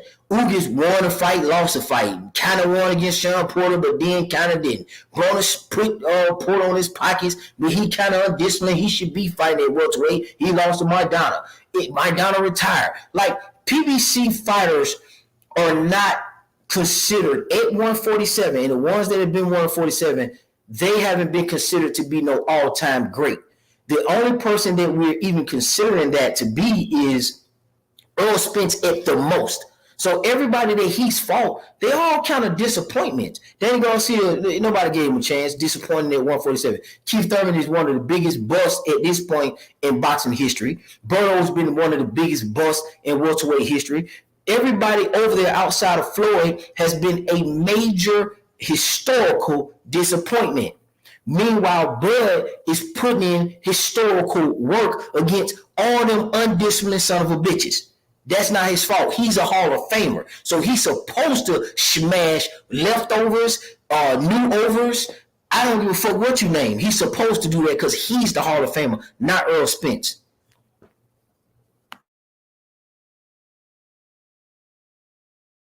Hold on, I got to attest to that now, my brother. Hold on now, Zone. Hold on, I'm talking to my nephew now. Earl is top 3 pound for pound on the list. Negative with the fighters over on PBC. No, they was not buses, my brother. Those was top notch welterweights. Those was the best welterweights in the game. You understand? And Earl took them all out. Now we heading to another one of the best welterweights in the game in terms of Crawford, who didn't have. I think what you're saying should attest to, you know, the Kavalaskis and the Kell. I mean the old Kell Brooks and the Murkons and I give Jeff Horn his credit. I'm not gonna take nothing away from Jeff Horn because he did beat Manny Pacquiao. I thought Manny won, but I didn't think it was no robbery like everybody was saying because I thought it was a close fight. And I give Bud credit going straight to 47, whooping on Jeff Horn. You understand? Regardless of what everybody else say, whooping on Jeff Horn for a world title. Because you can't dispute who got the titles at the time you go there. He was a world champion. You understand? If we gonna give Ugas credit for beating Manny Pacquiao, we damn sure gotta give Jeff Horn credit. So I give Bud that credit all the way, right? Never took credit away from him. But when we looking at the Keith Thurman, I'm not gonna say Keith Thurman is the biggest bust. I thought Keith Thurman, did what Keith Thurman. I think he played a high role, like every motherfucker else played a high role at times when you get 2 titles and you're a big dog. Thurman got the Manny Pacquiao fight. Earl wanted the Manny Pacquiao fight. Bud wanted the Manny Pacquiao fight. Thurman got his money. You know what I'm saying? So I can respect him on that aspect. Now, I was pissed off that I wanted him to fight Earl, and me and Zone went back and forth on this way back when, right? But, yes, I wanted him to fight Errol Spence like a motherfucker. I think everybody wanted him to fight Errol Spence. But at the time, you still had to give Thurman his just due because he did fight the Dannys and the Porters, right? And those was big-time wins, bro. Can't take shit away from him. Those are big time wins. He gave Danny his first loss, if I'm not mistaken. He gave Danny his first loss, and he gave Porter his second, right? So when I'm looking at the situation, or he could have gave Porter his first. Now he gave Porter his second. However it went, man, Sean Porter was still top notch Sean Porter. So I'm not gonna call Keith Thurman the biggest bust, right? He have been taking time off and things of that nature. But when you look at the PBC welterweights, those was the top notch cats that everybody wanted, including Turnbull Crawford. It's just that PBC had their agenda that they had going on, just like Top Rank had their agenda going on, right? I'm going to keep my machine well oiled, like you going to keep your machine well oiled. I'm not going to give you my champions if you're not going to give me your champions. You understand what I'm saying? So I think that's how that went. But to say that, the PBC welterweights was not top notch, I think that's a little far-fetched in my opinion, bro. Drew? Well, let me respond to that, right? That is true because I pay attention to the welterweight division. I've been watching this welterweight division and following Keith Thurman. You guys are on record to shit on Keith Thurman. Now we're going to say Keith Thurman was this and that. No. We're not going to do both, right? Keith Thurman has not defeated a Hall of Fame boxer that you can say, you know what, one Zavy is going to the Hall of Fame.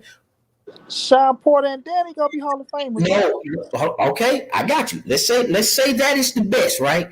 They're not in the Hall of Fame now. They're not on the level of Terrence Crawford, right? We're comparing the two. I'm saying that Terrence Crawford is a projected first ballot Hall of Famer. If he beats Earl Spence, right, and becomes 2-time undisputed, the second boxer to do it because Clarissa Shields the first one, he's a first ballot Hall of Fame if he retired at the Earl Spence. Even if he was to retire right now without fighting Earl Spence, he's a first ballot Hall of Fame. Sean Porter is a 2-time welterweight champion. He lost to Kell Brook. He lost to Keith Thurman. He lost to Sean Porter. I mean, not Sean Porter, but your boy Terrence Crawford. He lost to Earl Spence. He's on a trajectory of Oscar De La Hoya without the multiple belt in multiple divisions. What else have Sean Porter done outside of welterweight? That's not Hall of Fame. That dude is on the par with Paulie Malignaggi and shit like that. He's not a Hall of Famer, bro. What have Vittorio Gotti did to get into the Hall of Fame? Hall of Fame, Antonio Gotti had Hall of Fame fights, and he's also been in like knockout of the years and things of that nature. See, you guys keep looking at just these. Hold on, Zone. And he also was in 2 divisions. He's a 2-division champion. I'd like to raise my hand here just to interject a little bit my opinion. Hall of Fame is based on who you're going up against, so it's not really about like denigrating these guys' resume in a vacuum. It's about comparing them to other guys who are also trying to get in the Hall. Yeah, okay. And since you interjected, Smoke, that's what your analysis of it is, okay? And at the end of the day, they're not in the Hall of Fame now. What we're talking about is the likelihood in the comparative Hall of Fame track and the standard that is placed on Terrence Crawford.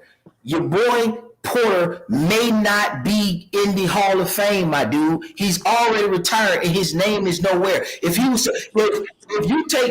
take Terrence Crawford and he retires right now, he's going to be a first ballot Hall of Famer. Sean Porter has been retired for how many years now?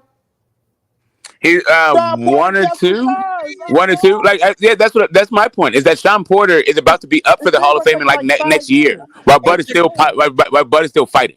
Okay, so my point is, we will see if he gets in like you think he gonna get in, but I don't think he's gonna get in, dog. That's what I'm telling you. Yeah, right. I think this maybe it could be. I mean, I don't think that. I don't know if the argument is that Sean Porter gets in over Terrence Crawford. The question is, does he get in versus the other people who are retired? All Who's right, going to so be eligible at the same time? let's do this for a second. Smoke, stop, because you finna word salad us. Stop right now. Stop trying to just stop. All right, I'm out. You guys do your thing. Because you want to I've heard your position on the Hall of Fame curve. I'm not talking about that. I'm talking about us on this panel. We know that Terrence Crawford is a bona fide Hall of Famer now. Because the criteria, you know. What's the criteria? Yeah, I say because of the criteria, we're gonna say 3 division, former undisputed, current WO, right? But if you look at Bud resume, right, and I know we're gonna say this, even though his best wins is not better than Sean Porter, you know what I'm saying, best losses. It's like, okay, I get you the criteria, yes, I will agree. Terrence Crawford will be a first ballot Hall of Famer. His shit is stamped, even if he don't fight Earl, things of that nature. But you still can't take away from Showtime Sean Porter being a 2-time welterweight world champion, and he fought the best of his era. He fought some of every motherfucker with Sean. This is just my way of looking at it, right? I know you got your way, but when I think when they look at that and the fights that he put on, like we always say, Sean Porter has his way. Like he stepped his way into it to where he's like, oh, you know, if you fight Sean Porter, he gonna bring the tenacity, he gonna be in shape, like Earl say. He never go gas out, and he go test your metal. You understand? That's why people were saying Sean Porter is the man to test Terrence Crawford metal. And he did test his metal before he got his ass dropped twice in his day through the towel in. So it's still the way that he fought and the way he presented himself and the way he carried himself. Whenever you start seeing them giving people jobs and shit to be on television and shit like that, somewhere down the line they got respect for them. And when you got a resume like Sean Porter, that can get you into the Hall of Fame. Not saying you're going to be a first ballot. I agree with you, right? But somewhere down the line, Sean Porter will be a Hall of Famer, bro, in my opinion. Okay, he could be, but look, you guys talking about his resume, and you keep trying to put his losses in there to fluff up the record. A loss is a loss. You got your ass kicked, right? And it's not like he has these historical wins. Berto is not a historical win. Let's stop it there. What has he done? 2-time welterweight champion, no other type of welterweight champion ever. Paulo Malignaggi is a Hall of Famer. That's quality win. What is Sean Porter? Eric Bonet? That's a quality win. Danny Garcia probably is the best win on Sean Porter's resume. Was it Diaz, the one he had a draw with, that Keith Thurman broke his ribs and made him retire? Is that the resume we're talking about? Is it the Devin Alexander guy who has a pill perk problem? Hey, don't talk about my brother now, man. But he Devin is a unified champion at 140. He's a world champion at 140 pounds. So Sean Porter beat two divisional world champions, right? And Danny Garcia, right, who's a 2-division world champion, and Devin Alexander, who was a unified at 140. He was world champion at 147 pounds. You know what I'm saying? So yeah, he beat world champions. He fought world champions. Yes, we can say, well, say motherfucking Arturo Gotti's and what's my man name? Gotti and Ward type shit. No, he wanted those type of battles. So what these motherfuckers went in there and dinged their motherfucking heads in. But you can still say that Sean Porter went in there and fought top-notch competition and fighters who are going to be motherfucking Hall of Famers, right? You say Terrence Crawford first ballot, he fought him. Earl Spence can be a first ballot, he fought him. Now if Danny Garcia getting that bitch, he fought him, right? So it's like you still got people on your resume that you fought that was world champions and Hall of Fame fighters that you went tooth and nail with. You know what I'm saying? So it's just gonna come down to their criteria and how they put it down. But even though you're looking at Sean Porter and his losses, that shit still stands for something for us, the Hall of Fame, and how they look at it. I'm not looking at his losses. You guys keep bringing up his losses as if though they're wins, to say because he was in there, that's going to give him credit. I'm moving that out the way. I'm going to let you guys have it. I'm talking about who he beat. You're talking about he beat two 140 pounders, but what about the time he got stopped by the 135 pounder that came up and you guys say he wasn't in the right fucking head space? But Devin Alexander is a guy who quit against Timothy Bradley. He said, my eye hurt, and looked to get out the fucking fight. Bro, I've been watching this shit for a long time, and I've been paying attention to what motherfuckers have been saying on YouTube. You talking about Devin Alexander, a guy who has an issue that is not probably going to go to the Hall of Fame. How long has he been retired? And his name is not mentioned at all. So let's knock it off about how just because these guys got a belt one time or two times in the fucking 4-belt era, none of these guys that you talking about that he fought has ever cleaned out a division. None of these guys, this was the belt hopping era when everybody was trying to emulate Floyd Mayweather and was not on their grind like they supposed to and missed out on a lot of legacy. So if they get in the Hall of Fame, it's going to be a weak class of Hall of Famers. And Sean Porter, only his two best wins is we're going to say Devin Alexander, and the performance with that shit was trash, and Sean Porter, and the performance with that was lackluster. Danny Garcia and Sean Porter beat Danny Garcia, and he beat your boy Devin Alexander, two guys from 140 pounds that came up. That's his two best wins? Man, y'all tripping. Well, then who was Bud? Let me ask a question. Hold on. Let me ask a question real quick. I got you, Mr. Shepard. Let me ask a question real quick. Hold on. You still got to look at his body of work. See, you just looking at, his best wins.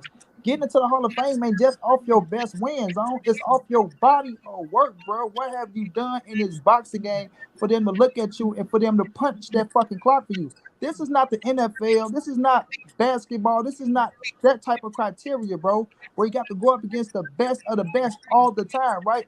Credit, I get where you're coming from. This is the boxing Hall of Fame. You got motherfuckers in the Hall of Fame that done less than Showtime Sean Porter, bro.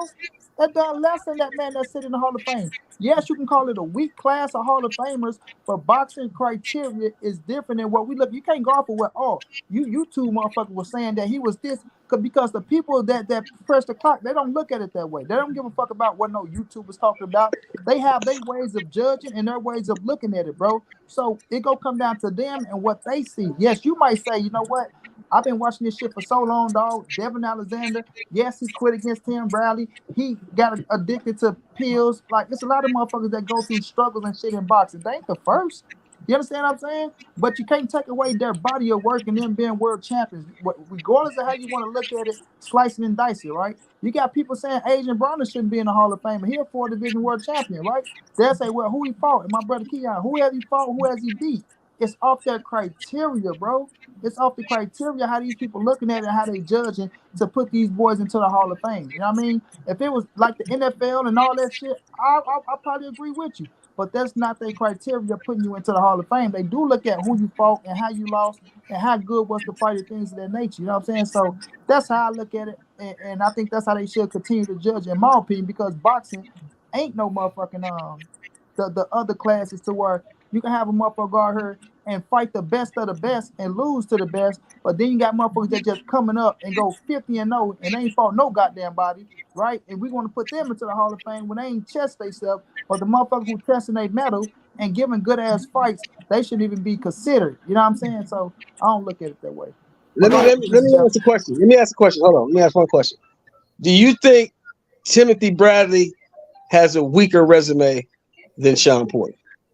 Well, no, because that's not the case. Well, so Bradley beat Lamont Peterson. He was the first one to beat Lamont. That hurt my heart because Lamont was my guy.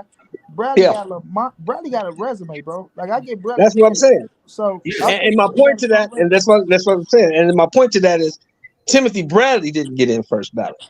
So what makes anybody think Sean Porter's gonna get in first ballot? Well, I never said first ballot, Chef. So listen. Gotcha. We know you guys are saying eventually. Okay, man, that's a catch-all. I don't think he's gonna get in. I just don't think he's gonna get in, because Sean Porter has not done enough in the game of boxing. So you say outside of who he won against and lost against, this is another thing that y'all keep leaving out: knockouts of the years, fight of the years. Like, you got to put all that shit in there. Now, maybe broadcasting may propel him into a position where he can kind of have a better package. But his package is not that good right now as it stands. He's a multi-division world champion. When you say Broner, see, that's different because see, Broner is the youngest to win 4 belts in 4 divisions. That's historical. Like Bernard Hopkins being the oldest champion ever. That is historic. Porter beat Broner. I understand that. Listen, I understand that. And if you're saying he beat Broner and is that what's going to let him get in there, okay, that is a person that don't mean that he's going to get in there because he beat that person. I'm not saying he's going to get in there because he beat him. I'm just saying right. that's part of his resume, my nigga. Okay, I got you. That's part. Broner is a part of his resume, and Broner Hall of Fame trajectory has nothing to do with Sean Porter because it's more than just who you beat and who you lost to, and necessarily who you just fought. It's about some of the records and some of the historical context that you put into it because he's only a 2-time world champion at the division, and he only got that because, which this may not be considered, because the belt was dropped by Keith Thurman. He fought for a vacant title in his second fight so the division could be pushed. PBC kind of made that move. Hey, Keith Thurman dropped the WBC. Danny Garcia, who Keith Thurman beat both of them 2 guys have to fight for the belt, and Sean Porter got it and went right into the Earl Spence fight and fought and lost. That's going to be a Hall of Fame. All right, man, if you say so, if you guys say so. My point is that Terrence Crawford, everybody's now, you just sat here and puffed up Sean Porter. Okay, so let's say he's a Hall of Famer. So that really means Terrence Crawford's resume is stronger than what you guys are saying. So if you're saying, I'm arguing with you that Sean Porter ain't shit, right? See, that's no, you're not arguing with me that Sean Porter. Listen, hold on. Listen. You arguing with me that you saying Sean Porter ain't shit.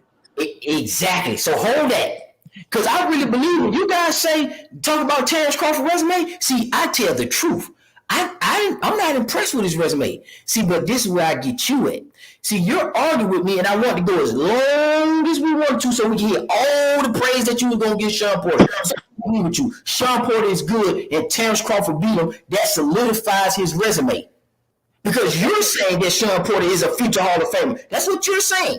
So then how can, if Earl Spence beat him, that solidify Earl Spence. But since Terrence Crawford beat him, that don't solidify Terrence Crawford. And Terrence Crawford ain't fought nobody. Wait a minute, I never discredit Terrence Crawford from beating Sean Porter. I never discredit Terrence. Hold on, wait a minute. I never discredit Terrence Crawford's resume, right? Because I gave like, I'm not these niggas out here. So let's get it established. Let's get it established. Hold on, let's get it established so we don't go off the rails. So do you think Terrence Crawford has a good resume outside of the accolades? We know you know about his accolades. I'm asking you, Monnie Brown, not nobody else. Don't tell me nothing about nobody else. In your opinion, do Terrence Crawford has a good resume? Yes. Okay. And let me say this. I always say, that's what I'm telling you.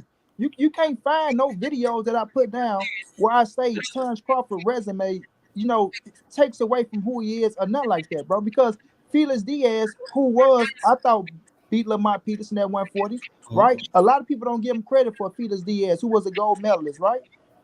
I give him credit for that. I understand that Ricky Burns was a bad motherfucker at the time he fought Ricky Burns. I told everybody Yuri Yoko's Gamboa was one of my favorite fucking fighters. I remember Terrence Crawford and Gamboa scoring each other, but Gamboa got the best of Terrence Crawford. I know the storyline that was going into Terrence Crawford and Yuri Yoko's Gamboa, with Gamboa been up under 50 Cent and 50 Cent fucking up his career. Right here, Andre Durrell, and he had Billy Dibbs. Right? When Gradovich whooped Billy Dibbs ass and took Billy Dibbs' belt, you understand? Gamboa got fed to Terrence Crawford, and he had Andre Durrell, who lost to Chunky the Gale. Right? So I am a fan of Terrence Crawford, bro. I've been watching Terrence Crawford before a lot of these niggas. So it's like, yes, I always gave him credit for his resume and what he did. I'm not the one that's sitting up here saying, oh, man, he ain't did this. No, because I got Earl Spence beat him don't mean I discredit that man. I give him all the credit in the world so Earl Spence can get the credit that he deserves when he do beat him. So, no, I don't go out there. Now, would I stand on, I don't feel like that was the strongest Sean Porter. I'm going to stand my ground on that because of me watching Sean Porter his entire career as well. But I don't discredit Bud. And I say what Mr. Shelton said. I say that's not Bud's fault. It's Showtime Sean Porter's fault for not putting his ass all the way through what he had to go through to get in there and do what he got to do for another world title and a chance. But maybe he felt like Bud was gonna beat his ass anyway, or whatever the situation may be. It don't matter what the fuck it was because Bud got the win.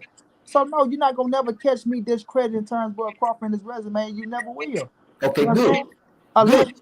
So since his resume is good, now I'm asking you this so you get clarity.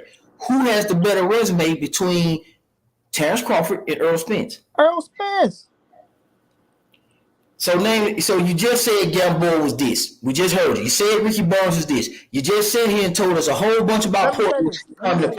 So now, and you name people across the divisions that Crawford fought in. So how in the hell does he have a better resume than the guy you just told us you always like his resume? You think Terrence Crawford's resume is good. You told us how great Sean Porter is. You just said that for an hour. You just told us about Gamboa. You just told us about Ricky Barnes. You just told us about Diaz and how much you like those guys.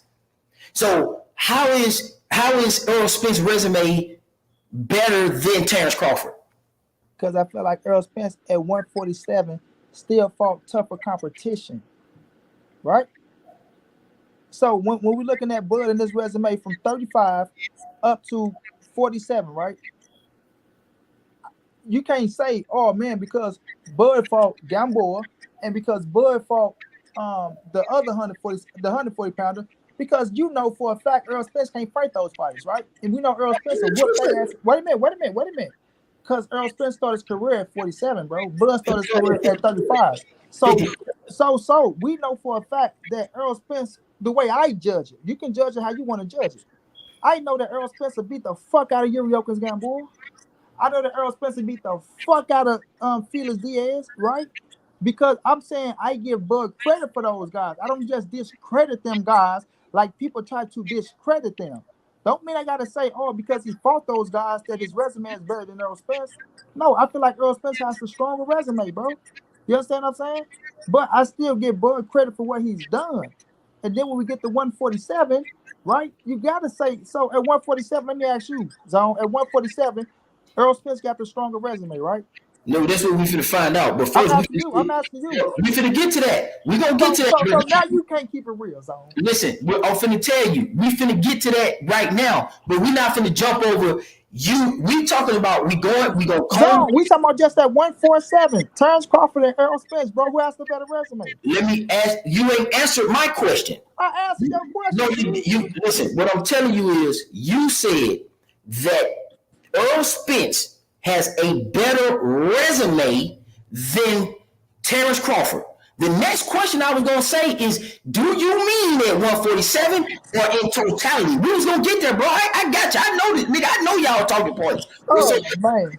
So this is the question. You said I didn't ask you a question. You asked me two questions now. No, this is your question. My question is, who has a better resume in his period? I'm saying that it's Terrence Crawford. You said it's Earl Spence. That's what you said, right? Yes.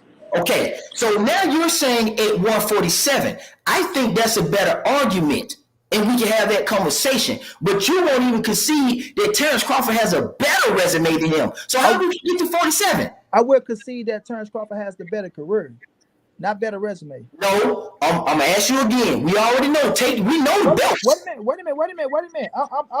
Let me answer the way I want. You can't make me answer your question the way you want me to answer, bro. I'm not making you do nothing. What you trying to do, my G? Hold on now. Listen, I would say because he's a 3-division world champ, former undisputed current WBO, right? We know fighter of the year. You know what I mean? He has the better career. But when we look at resumes, right? And I still, this how strongly I feel about this, because I feel like at 35 and 40, Earl Spence will pummel them dudes. You understand? So then we come to 147, right? And I think this where Bud's strongest, I think his strongest point. Could we say 47 might be his strongest point? Because at 40, when we're looking at these guys, I don't see nobody that give Earl Spence a shot. Nobody. You know what I'm saying? So we got to come to 47 and say the people that Bud fought, Kell Brook and Showtime Sean Porter, right? Both of them gave Earl a tough run. You know what I mean? They both gave Earl a tough run. So we got to compare it off of where they met up, where the rubber meet the road, right, at 47, and say, yes, you got to give it to Earl Spence, but you got to give Bud credit as well. But when I look at it, because I think Earl Spence pummeled those guys at 40 and at 35, right? I have to knock that for as me. I can't say you. I have to take that away, bro. I have to take that away. And then we come to 40, 47, bro, and that's where they meet up at. But when I look at Earl Spence and I look at the body of work that Earl Spence did at 47, I feel like his body of work at 47 is stronger than Bud work at 40 and 35. You see what I'm saying? That's how I'm judged it from my eyes. You might look at it as, you know what, Money Bro, how can you say that when Bud has the deeper roster where he has to, you know what I'm saying? He had more fights than Earl Spence. He turned professional before Earl Spence, right? He got this and he got that. So how can you say that? Because I look at Earl and Bud, and I just feel like Earl demolished those dudes at 40 and 35, so they don't compare to me. Okay, this all I'm saying. Stop swerving in and out of the career argument. We both agree that Bud has the better career as far as accolades. I'm good with that. We are in agreement. Now, what we're talking about is the resume question that seems to be a question on YouTube. And I'm asking you specifically, not Smoke, not Shelton, not the chat. This is me and you having a conversation. I'm asking you, in totality, who has the better resume? The answer is Terrence Crawford, and we all know that. But you're saying that I can't tell you how to think. I'm not doing that. You're saying that because you think and you know and feel, because you feel that Earl Spence will beat all of those guys. That's your prediction. That voids it out, and we got to jump right to 47. Then, if I were to tell you that I believe that Terrence Crawford can beat everybody on Earl Spence's resume, which he has done after the fact to solidify my claim, that would make him better at 147 based on your logic. So I don't want to do that. What I'm asking you is a true, real question.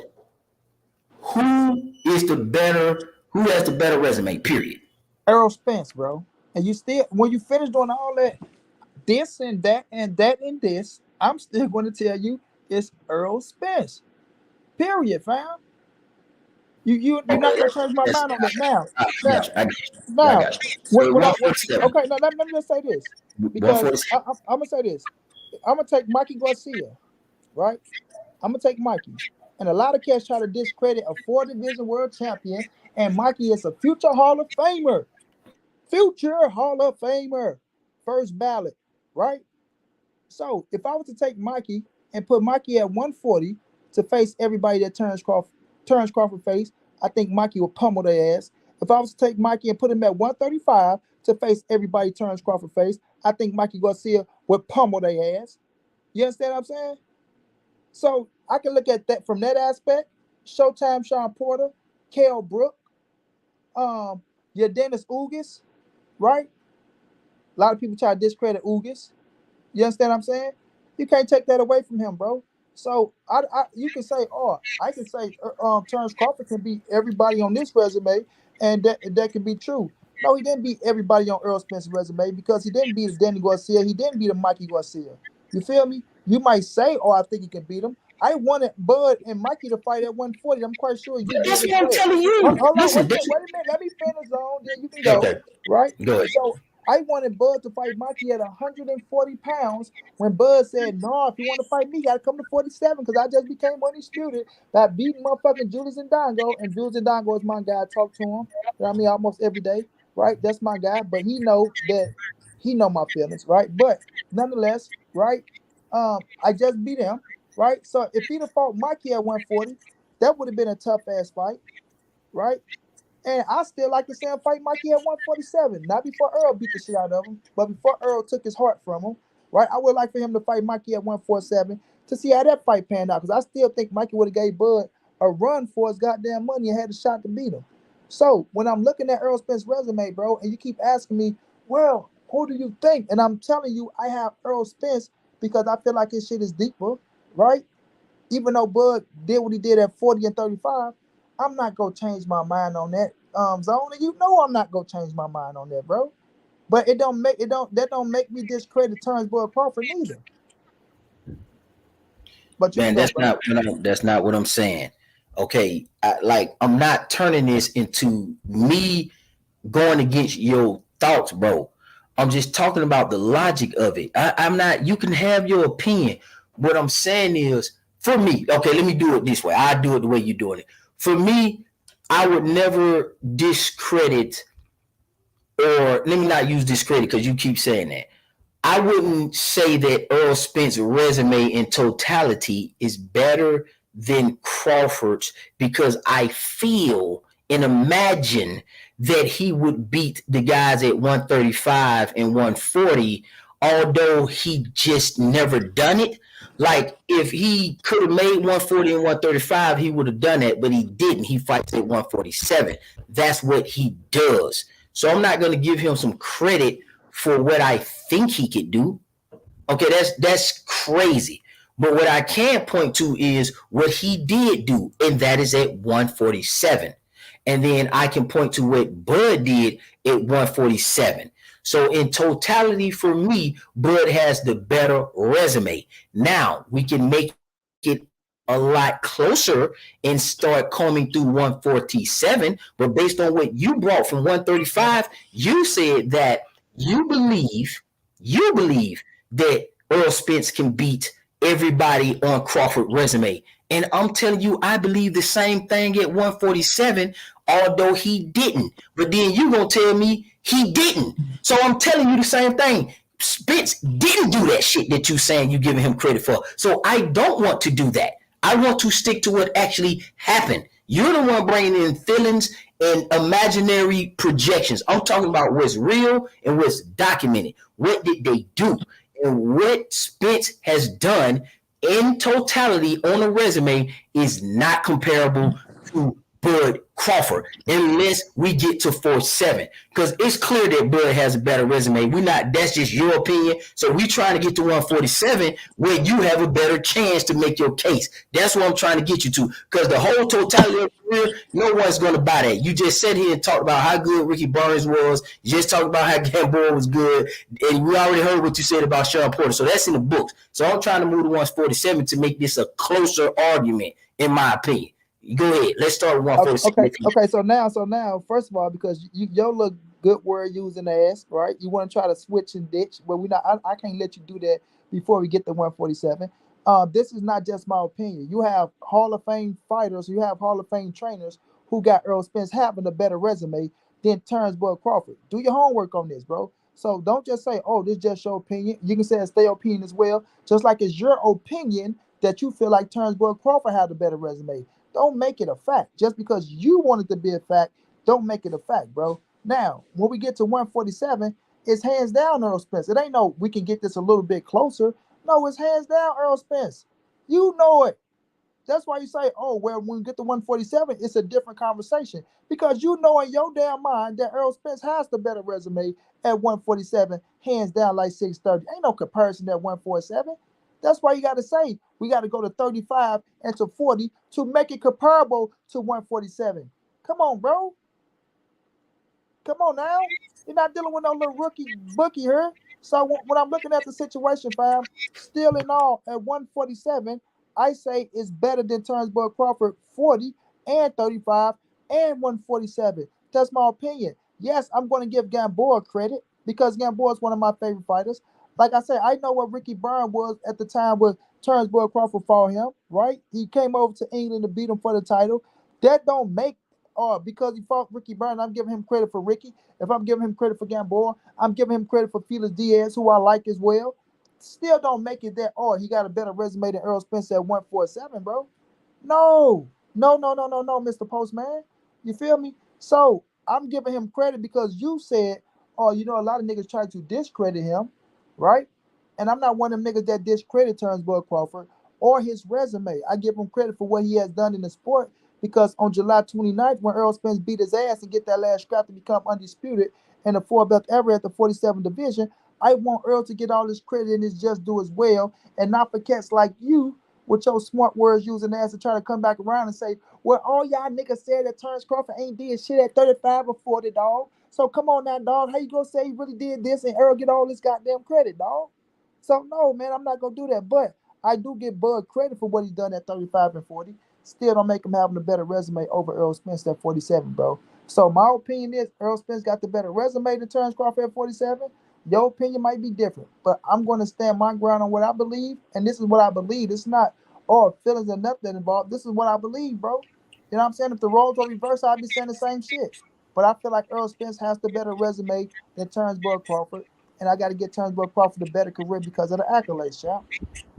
No, see, you have been saying feelings and shit like that. Like, stop trying to, boy. I'm listening to you clearly, and you're saying these words. You're using your imagination. We understand that you feel and believe that Terrence Crawford has a less resume than your boy Earl Spence at 147. You keep saying 147. We know that that's where you sticking at. When I asked you, you said, "No, it's my opinion. I believe this," and you're giving him credit because you think Earl Spence can beat the people at 135 and 140. I And don't think I know. Okay, that's, you don't know that. You're not God. You're and a man. You know that. You Bro, know it. Listen, stop with the jokes. You don't know that to be a fact. Zone. No, ain't no zone. We're not gonna stop listen. it. We're not finna Stop do that, it, bro. I want you. This is what we can't do, dog. We can't do this because you feel strongly about Earl Spence, what you believe, and make it a fact. You just said don't do that. So you feel strong. I'm not knocking about how you feel. I'm talking about what's real and what's documented, bro. Let's just have a conversation about what's documented and not the imaginary shit that you believe. I fuck with that. Money, you can throw that in there. But I'm telling you that Larte and people like Ocampos is not enough. Man, don't break up Latte. No, that's come on, Zone. Don't do that. Don't do that, Zone. Money Brown, that's not enough. Don't do that, Zone. It's not enough to usurp Terrence Crawford's entire resume. Now, when we get to 140, why would you go with Latte and Ocampo, who was a mandatory? But why would you try to discredit the real champions and the big names that Earl Spence fought and brings up? Listen what I'm telling you, because the time frame is so Harry Hank Lundy. Listen to me carefully so you can understand. Harry Hank Lundy and the washed up ass of Rick Khan ain't enough, Zone. Harry Hank Lundy and the washed up ass of Rick Khan ain't enough, Zone. Listen, I got you. What I'm telling you, I'm just telling you what Terrence Crawford did in comparison to Earl Spence. Is there gaps in both of these guys' resume? Absolutely fucking so for both of them. I'm not, listen, don't get it twisted. Now, one of these motherfuckers ain't no goddamn Mike Tyson or no Larry Holmes. Don't get that shit twisted at all. And we ain't talking about Jack Johnson and Rocky Marciano. Don't get that shit twisted at all. I'm keeping it straight on these two.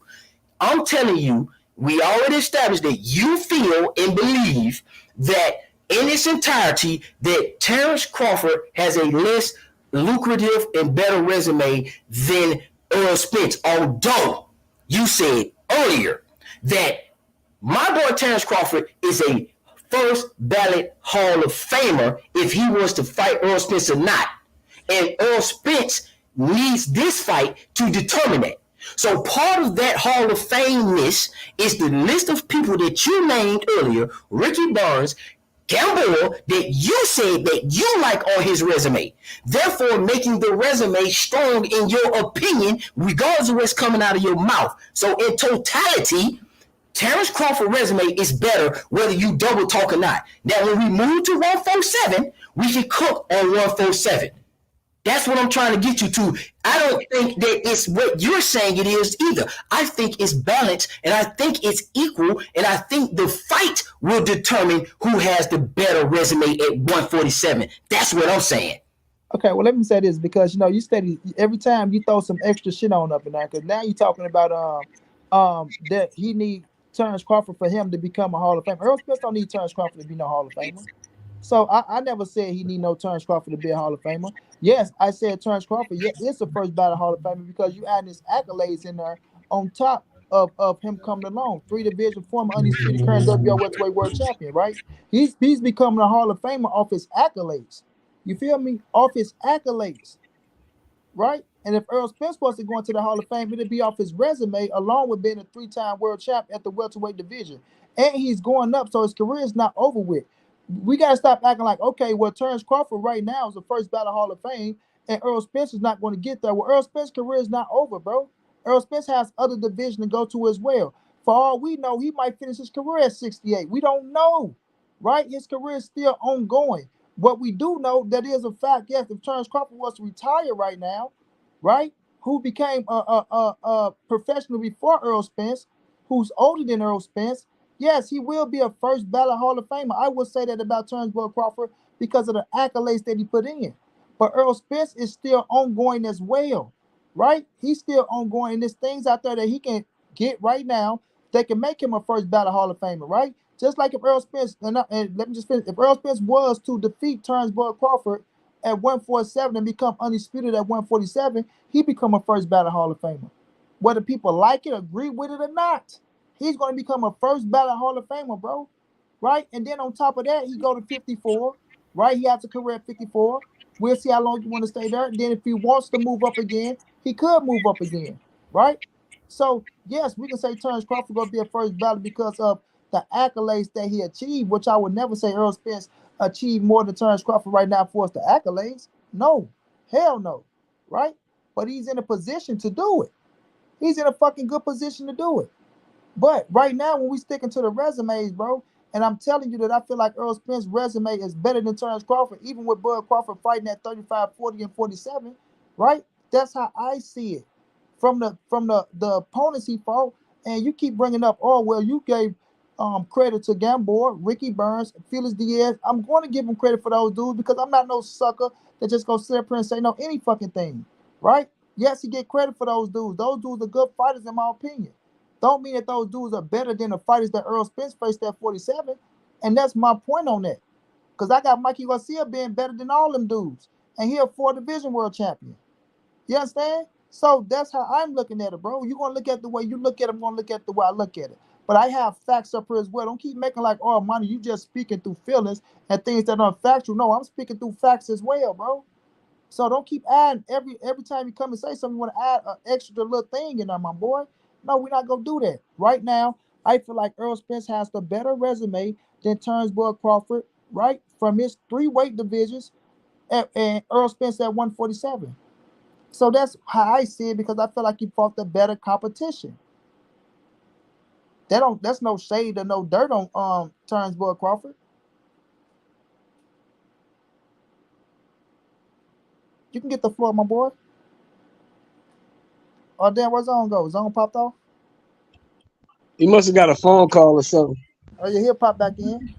Yeah. Oh, man, that was heated. That's going on for a minute. That was good. I just, I'm of the opinion that Crawford. Let me respond to Mark Nash. Who said the resume is trash, Mark Nash? Y'all keep throwing that shit up in there. Oh, how can you respect the accolades, but you're saying who's saying the resume is trash? Now he's saying Mikey ain't better than, but see, that's why y'all need to come up here and listen instead of just speaking out, bro. I said Mikey is better than the guys that Terrence Crawford has faced from 35 to 40, bro. What are you talking about? Y'all just running y'all mouth, bro. Come on now. Y'all just talking, bro. Now, what you were saying, I tend to agree that at 47, I believe Spence has fought the better guys. He's fought the better competition. But the resume in totality, they don't compare because Spence has been in 1 division and Crawford's been in 3. He's done more in the sport. That's my thoughts on the matter. I can respect you saying that, Shep, but what I'm saying, Shep, is I still feel like because who Bud fought at 40 and 35, Earl Spence's resume is still stronger than the guys that he fought at 40 and 35. You understand? Because I feel like you really comparing the resumes of Bud from 35 and 40 to Earl Spence at 47. Because at 47, Terrence Crawford resume, you can't touch Earl Spence. He got Sean Ford and Kell Brook, but I still feel like Earl Spence got a stronger resume at 47 to where you need what he did at 40 and 35 to compete with Earl Spence's resume. You get where I'm coming from? Yeah, that's a fact. Yeah, that's a fact. That's a fact. Because the guys he fought at that Terrence fought at 47, I believe Earl beats all those guys. But in the same token, I believe that everybody on Earl's resume, Terrence beats him. He beats everybody. Yeah. The only guy I don't know he'll beat is Errol. But everybody else, none of them dudes can beat Terrence. Danny, none of them. They can't do it. Okay, so what I'm telling you is that we already established that he has the better Hall of Fame career. And it ain't because, hold on, that was Shelton Moore. Okay, Shelton Moore, you had some background noise. So it's already established that he has a Hall of Fame career. It's not just because of the accolades. It's because of the collective resume paired with the accolades. We already agree that Terrence Crawford has the better career. He also has the better resume in totality. You've already conceded to that. So I'm trying to move to 147. You already say it's not a slick thing. You said Gamboa, Burns, and Diaz, and Porter, and start naming a whole bunch of people. That's what you did, Money. That's not conceding, Zone. So stop that, bro. No, I don't know what makes you think that's conceding, my boy. By giving him credit for fighting those dudes. That means we're in agreement. Money. Listen, it's not a trap, man. We're just having a conversation. It's not. Just relax. This is not the debate series. No, I know we're not debating, relax. Bro. So listen, let's come to fucking agreement as men so we get understanding. We both agree, and I'm asking you again so we can make sure we're good. We both agree that Terrence Crawford has the better career, correct? Correct. Okay. We both agree that Terrence Crawford, if he was to stop his career now, he's a first ballot Hall of Famer. We can agree with that, correct? Correct. Okay. So where the disconnect starts is when we start talking about who has the better resume in totality. You're not going to move off that square. I'm just pointing out that is part of what makes you a Hall of Famer. I am saying that they both have gaps in their resume. Neither one of these guys are Jack Johnson. Neither of these guys are Evander Holyfield. I'm saying you could pick both of their resumes apart because they have. Earl Spence specifically have had layoffs. That's not to knock him, but he's had layoffs. That's all. Terrence Crawford has had layoffs. That's not a knock on either one of them. It's just the way that the era works. So now, when we move to 147, you said that because Earl Spence, in your belief and in your opinion, and because other people had opinions that Spence can beat everybody at 130 and 135 and 140, that washes the argument to suggest that makes Earl Spence's resume better in totality because you're giving him credit for shit he didn't do and that you believe. But then if I say I definitely can believe that Terrence Crawford beats everybody on Earl Spence's resume as well, that's going to wash it out again. We're going to be at a standstill. So that's why I'm saying I don't want to give credit for some shit that they didn't do, dog, so we won't have no issue with that. So let's move to 147. I don't think it's logical to use woulda, shoulda, coulda to justify Earl Spence's resume in totality being better than Terrence Crawford's. That makes no sense in boxing, life, history, or the world. That's all I'm saying. So let's move to 147 if you like to talk about the resume there.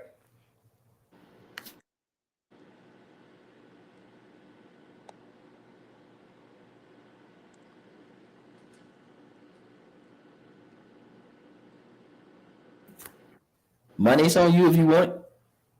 So you say hold on, I was writing down something. You say you want to move to 47? Yeah, take your notes. You need more time to write? No. This ain't got nothing to do with what we talking about, Zone. I know it don't. But you need to take your time with your notes. Ain't no rush. I want to make sure you hear everything clear.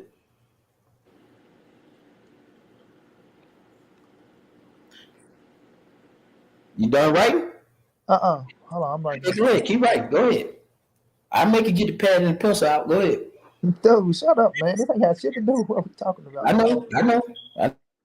know. Get your guys on the text message and ask them to say, hey, you debating Zone right now, just some light work, we're having a conversation. Zone. Relax. Because you just said you sound like lady shit. You sound like lady shit. Relax. relax, because you just said, Monnie, this ain't the debate series. So don't bring up debates and all this shit when we talking about, you know what I'm saying? This ain't no debate series. We ain't having a debate. We just having a conversation. You sound like Lady Shan saying zone. Are you done writing so you can respond? That's all I'm asking you. Now you say you want to move to 47, right? Now what you said, okay, you want to take away from you say that the woulda, shoulda, couldas and all this shit. You want to move to the 47 resume, right? No, you said woulda, shoulda, coulda. I want to. Okay, you saying you want to move away from the woulda, shoulda, couldas, and you want to go to 47, right? Documentation be conversation. Let's go. Okay, so now what are we talking about at 47? What are we talking about here? It's up to you. You the one made a claim about Earl Spence. I'm just telling you. What are we talking about at 147, bro? You telling me? I told you Terrence Crawford is a better fighter across the board, across all planes. That's what my stance is. Why are you confused? We asking you what you're trying to say. No, you said you want to get off of 35 and 40, right? You just established that. You said, okay, Terrence Crawford is a first ballot Hall of Famer. Terrence Crawford has the better career. Hold on. Okay, we established that he got the better career. He's the first ballot Hall of Fame. He got the better career, which the whole goddamn world know that. So all right. We agree. That's an agreement, right? So now you say you want to move to 147. We moving to 147 on what? The resumes? No, because you asked about 147. So I'm saying let's go to where you comfortable at now, because we agree on everything that we said earlier, even though you trying to talk in circles. So what do you want to listen, Zone? You see what I'm saying? Every time you say something, you gotta add some extra shit onto it, bro. Right? You gotta add some extra shit onto it. Okay. We coming to 47 to talk about what? Who got the stronger resumes? That's what I'm asking you. I'm not sure what you want to talk about, because I think resumes are equal. I think the fight will determine who has the better resume. So what I'm telling you is this. For any nigga on YouTube, you're bodying yourself if you saying one has a better resume than the other. Because let's start dumping what we consider a better resume. Why would you say that Terrence Crawford has a better resume then? You're a nigga on YouTube, and you saying we bodying ourselves if one got the better resume than the other. Then why would you sit up and say Terrence Crawford has the better resume? Are you bodying yourself then? No, because he in totality he has a better resume. You said out your own mouth. If you're a nigga on YouTube and saying one got a better resume over the other, then you're bodying yourself. So are you bodying yourself by saying Terrence Crawford has the better resume? At 147. We moved from the totality money. We're at 147 now. We just established that. We're at 147 now. So at 147, what I'm telling you, for those who are Earl Spence truthers, you like to argue this point. You like to say, well, no, let's shrink it down to 147. It's not even close. And what I'm telling you is that it is equal, and that it is close, and that the fight will determine who has the better resume on July the 29th. It ain't Earl Spence, and it ain't Terrence Crawford. So anybody saying either one of those is dead fucking wrong. That's what I'm telling you. Okay, well, I disagree with you, because I got Earl Spence having a better resume at 147. Okay, let's cook. How? Let's go. Yeah, so go ahead, you go. Well, we already know that Sean Porter is off the list, because you said Sean Porter is so fucking great, and the better performance will always win. I don't give a fuck what you're talking about. He stopped his ass. What do you say to that? Like I just said in the beginning, there still wasn't the Sean Porter that went out there and trained like he did for Earl Spence. That was the world championship Sean Porter, right? Still was a good Porter that I give him credit for. But the Sean Porter that said, all I have to do is be 100% in my career one time, right? These are Sean Porter words, ladies and gentlemen, boys and girls. Showtime Sean Porter came out of his own mouth and said, all I have to do is be 100% in my career one time. And that one time, he was going up against Earl Spence. That one time, he was the WBC world champ, where he didn't leave no stone unturned. Him and his daddy went out, they got Barry Hearn, they had Coach Larry Wade, they flew down to DC, they flew back to motherfucking to Vegas. They did everything they had to do in the Porter High Performance Gym, right? Every fucking workout that they had to put in to put themselves in position to beat Earl Spence, they did that shit to be the best Sean Porter ever in his career, bro. The best Sean Porter ever. It wasn't the same effort, and it wasn't the same Sean Porter that fought Terrence Crawford. That's what I have to say to that. So Earl Spence fought the best Sean Porter that was the world champion, and that prepared himself for hell and hot water, right? Going up against Earl Spence, and he didn't perform the same way when he fought Terrence Crawford. Yeah, he didn't perform the same way because he was going against a future Hall of Famer that gets the job done, who's coming off brilliant performances. See, in sports, there's a thing called performances. And what tends to happen with people is once they get their ass whooped and they don't get the performative outcome, you have to come up with a technical excuse and reason on why. And what dudes tend to do across all sports is say shoulda, woulda, coulda, what went wrong, left, right, this, blue fish, two fish, one fish. No, fuck all that. You got your ass stopped and your daddy threw the fucking towel in. He still was a WBC former world champion and still was a former IBF world champion at welterweight. That didn't change. So you putting a caveat on it that the title was on the line that was vacated by Keith Thurman to keep the division pushing, that has no bearing on the fact that Sean Porter was still a two-time world champion that went into the fight with Terrence Crawford and got his ass stopped. Okay, so now you want to keep coming back, and that's why I say okay. A nigga like you want to continue to act, oh, he got stopped by a future. That don't mean shit about him being a future Hall of Famer or none of that shit. Okay. You thought the belt was vacant. No, he wouldn't be. It was a vacant title that he fought a worthy opponent and Danny Garcia for. He fought Danny Garcia, a motherfucking opponent, a top welterweight at the time, to get that title, and he beat that man. Right now, when you fight a Sean Porter that has something to lose, right? Mm-hmm. Who has something to lose because he didn't have shit to lose when he was fighting Turnbull Crawford, right? He was 1 foot in, 1 foot out the door. You understand what I'm saying? We all know how that go, even though Zone go sit up and act like he don't know because he's pulling for Turnbull Crawford right now. So he go just dismiss that all the way around the board, right? A 1 foot in, a 1 foot out Showtime Sean Porter who didn't give it his all, who didn't train 120%, right? For Turnbull Crawford, but he trained 120% for Earl Spence. Yeah, let that not make a difference. Let me go on this motherfucker saying, yeah, I'm gonna go run a 100-yard dash, but I'm gonna go motherfucker as hard as I could in 2007 for this 100-yard dash. I ain't gonna leave no stone unturned. I'm gonna eat, sleep, and breathe this motherfucking 100-yard dash. But then when I get to the 2012, you know what? I'm gonna do half of the shit I did the first time I did it, right? I'm not gonna eat, sleep, and breathe it. You know what I'm saying? If I get this bitch, I get this bitch. But I'm gonna go in there. I'm still gonna give a good performance. But I'm not gonna do everything that I have to do to win this motherfucker. Yeah, let that not be the difference, bro.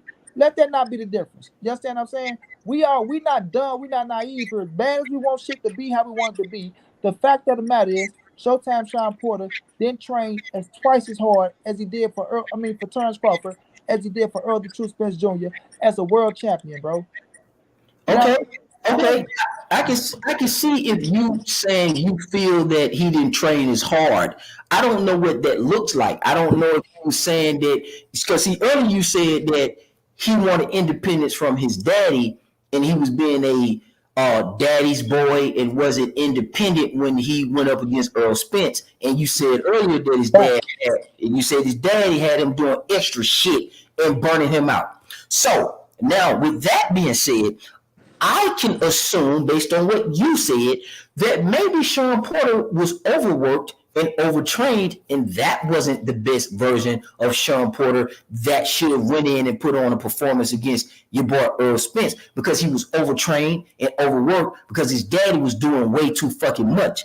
Maybe the better version of Sean Porter was the one that had better control over his training and his situation and his scenario. And when he went in there, he just went up against a better fighter in Terrence Crawford who stopped him, and his daddy was just getting revenge by teaching him a lesson by throwing the towel in because they disagreed with that fact. Sean Porter was pissed off. He walked away from his daddy, did a couple of laps around the ring, and then he admitted that he didn't like the stoppage. He wanted to keep going because he felt like he had control over his career, like you agree with, and he had control over his training for the first time in his career, and that may have been the better version of Sean Porter, the one who had control over himself as opposed to listening to his goddamn daddy.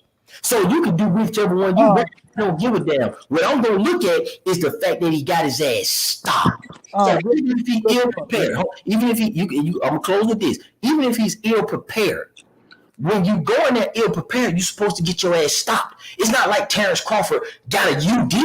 Terrence Crawford stopped this motherfucker. Did Terrence Crawford stop at this day throw the towel in? It's a stoppage. Wait a minute.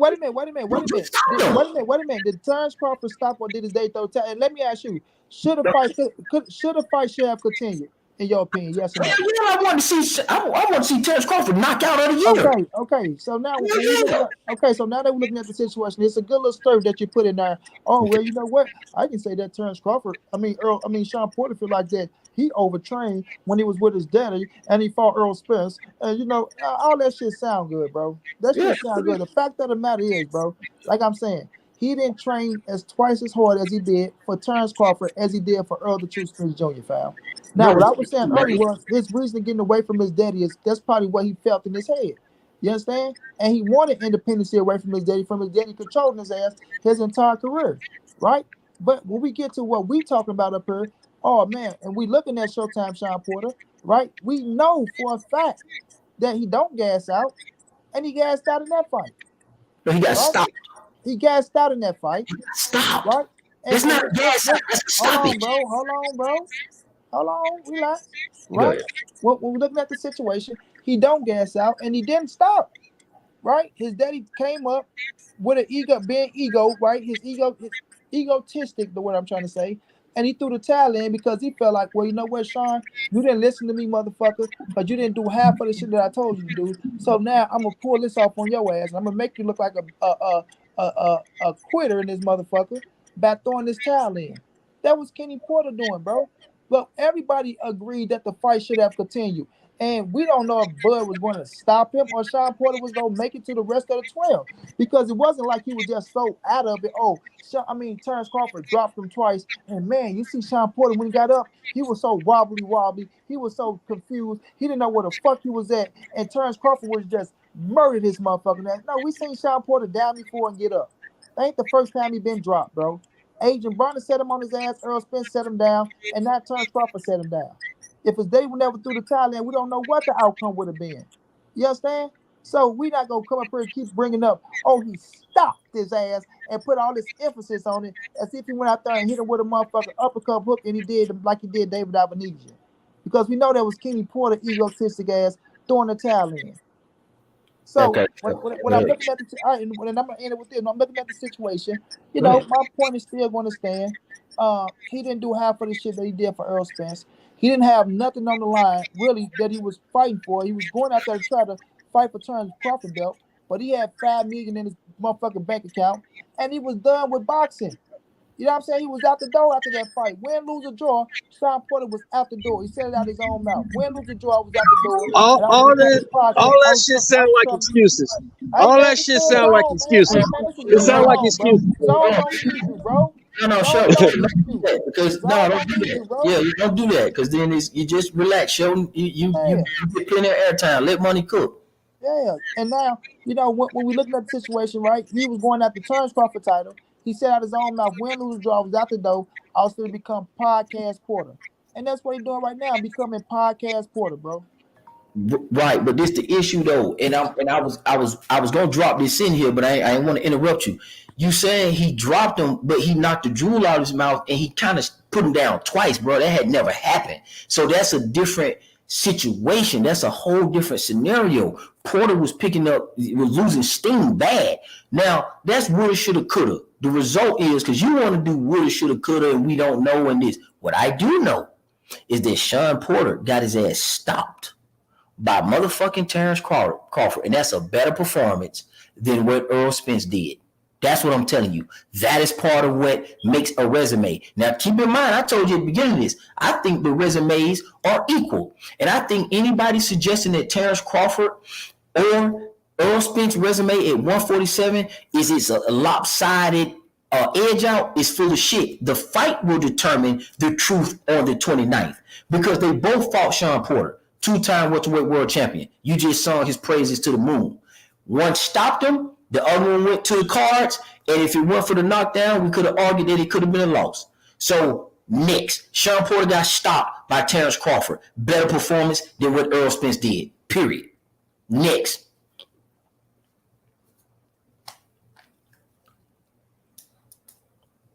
Who else? Who else? What else? 147. Who else? Money? Who else? 147.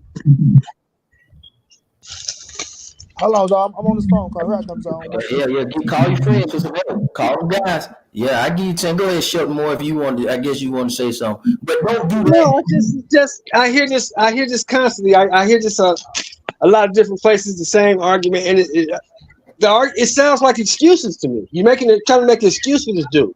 If this dude didn't train and this dude was ready, last time I checked, the dude made 147 pounds, right? For the fight, did he miss weight or did he make weight? He made it. That means he trained. Yeah. So Sean Porter is not naturally 147 pounds. So don't tell me the man didn't train. He did train. He just wasn't good enough. And I don't understand why people can't just say that without going around the mulberry bush with all these excuses about his daddy and a power struggle. None of that shit matters. If you wasn't ready, nigga, don't take the fight. So more, listen, Shelton, he know that, and we know that. We just trying to make sure we get him on record and pin him down. Because see, what happens is when y'all jump in like that, then they change their attention. We're gonna get to it. You know. Yeah. The excuses just sicken me sometimes. It's redundant. Stop making excuses for the dude. The dude got his ass whooped because he wasn't good enough on that night. Exactly. Maybe there was a time he might have been good enough, but it wasn't that night. I personally don't believe there's any version of Sean Porter that beats Terrence Crawford, but that's just my opinion. Okay. Yeah. Money, calling for some help. He using his lifeline, so we got to give him a chance to get some of his buddies, his Earl Spence pals on the line. You know, let's give him a second. Let's wait for him, y'all. But while he's doing that, let's see who's next. What do you want to talk about, Brook? Because their resume is actually similar.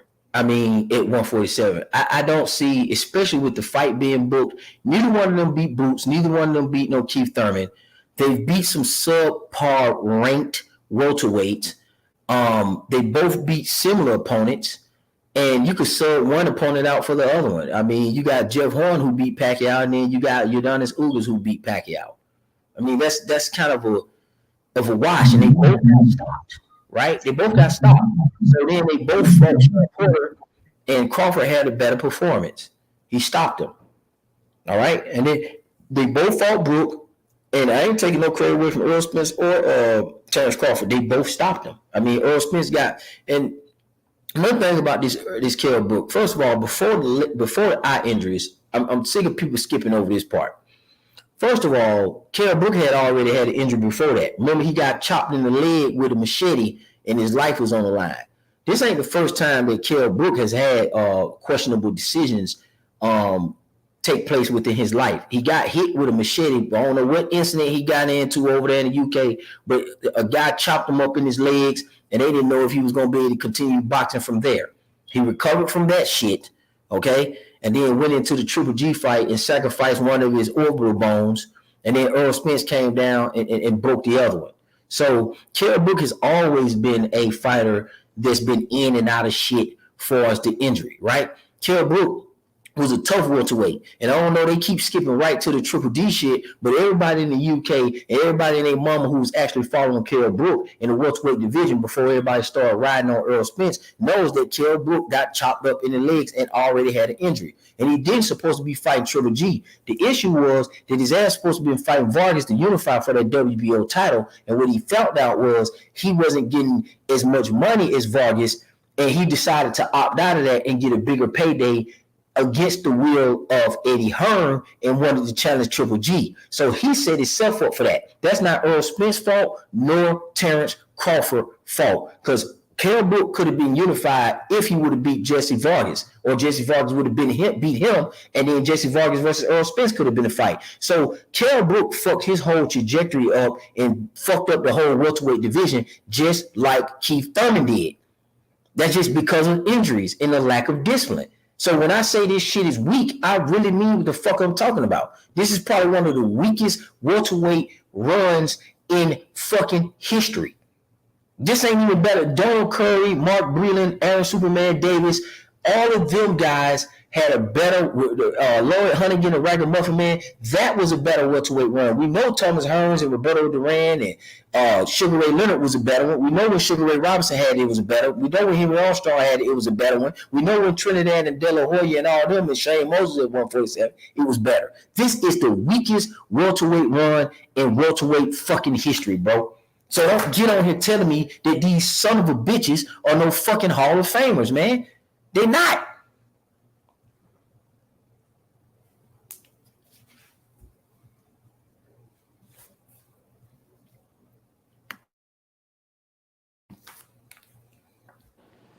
All right, I'm back in this bitch, though. Okay, go ahead. Do your thing. All right, so Kell Brook, who next, man, on 147? All right, so now that I kicked your ass on that Sean Porter situation, right? You know what I mean? Now, with you say we on Kell Brook now, right? Whoever you want to be on at 147. I'm saying it's equal, but let's keep going. All right, now Kell Brook. Now we gonna go over the same situation. Kell Brook, the IBF world champion, right? A lot of these cats like to bring up the Triple G shit. Oh man, Triple G broke his eye. Kell Brook was badly back. Kell Brook wasn't no badly beating the in the Triple G fight. He went up there. These motherfuckers barely went 6 rounds, right? I don't even think they made it 6 rounds. Triple G broke the eye socket. Mainly motherfuckers say Kell Brook exposed Triple G by laying hands on his ass. That's what made other people want to fight him because of what Kell Brook did to him. So before any real punishment could have been put on Kell Brook, the fight was stopped. The fight was stopped, right? The man went and got his eyeball fixed up and shit like that, came back down to 47. But he was weight drained when he fought Earl Spence. They brought him back down. The man went up one time to fight at 60. Now he's so goddamn weight drained when he come back down to 47, right? IBF champion, over in his hometown, best shape of his life. Motherfucker was in damn good shape, right? Talked all that shit about Earl Spence, how he gonna do this to him, do that to him, like chocolate brownies, baby. All that shit. Earl Spence go over there, right? Beat the other stuffing out his ass and break the other eye socket. A strong physical Kell Brook fighting in front of all his fans. All his fans, 32,000 screaming motherfucking British motherfucker over on this side, right? In his hometown of Brahma Lane, not just his country, not just in the city, this motherfucker in his hometown, like Zone fighting in motherfucking Georgia, in Zone 6, where you from? Like I'm fighting in motherfucking St. Louis, from West Bell and motherfucking Sarah, where I'm from, right in my motherfucking hood, right? Where every motherfucker there rooting for me. You know what I mean? Come on now, Earl going that motherfucker, and we know this was the top Kell Brook that Keith Thurman didn't want to fight, right? Nobody wanted to fight this boy. Nobody wanted to go over to the UK and take him on. But Earl Spence went over to the UK, took this boy on. You feel me? First 6 rounds was a strong ass 6 rounds. Kell Brook was on this shit. Then Earl started breaking his ass down, break the eye socket, drop him, then make this motherfucker take a knee and quit. You feel me? So this was the Kell Brook that had everything to lose, right? Everything to lose. And when he fought Terrence Crawford, the same situation. You feel me? He been that motherfucker 154 for 3 fights. Didn't really fight no goddamn body, but he went and got back in the win column. His own trainer said, I'm not going to train you because you don't have enough time, and it's not a good fight for you going back down to 47, right? So he didn't have his trainer who knew him the best, so he brought in a trainer who was just not working with, really didn't know his ass like that. And he went into that bitch and he fought Terrence Crawford. You feel me? And Bud ended up getting his ass out of there earlier than Earl Spence. And everybody, oh man, Terrence Crawford got him out of there earlier than Earl Spence. He did this. But disregarding Earl Spence, beat the stuffing out his ass. Not just beat the stuffing out of him, made the man go into a deep depression. The man turned into an alcoholic. The man was snorting cocaine and all type of shit that he can get his hands on. This after Earl Spence beat the shit out of him and took his title. He ain't do all that shit when Terrence Bud Crawford beat him. You feel me? He knew for a fact that Earl Spence was the better, stronger competition. And Earl Spence came and took his shit, bro. So we can't compare those two Kell Brooks. We can't compare the two. There's no way in hell you compare the two Kell Brooks, the one that fought Earl Spence and the one that fought Terrence Bud Crawford. But the floor is yours, Zone. No, and now listen, here's the thing. I'm pretty reasonable. I can agree with you that Kell Brook wasn't the same. But however, I said that you was getting your notes and calling your friends for help, right? So quit saying that for your peoples, man. Quit saying that before they start believing that shit. You know, I said if I was on your channel, I gotta fuck with you. You know what I'm saying? So listen, Kell Brook been a problem child First of all, I told you you didn't hear this, but Kell Brook already had got his legs chopped up, and they didn't even know if this son of a bitch was gonna be boxing again. That was way before Earl Spence. Also, before Earl Spence, I was telling you that he was supposed to fight Jesse Vargas, but he found out Jesse Vargas was getting more money, and Kell Brook dumbass could have unified for the WBO.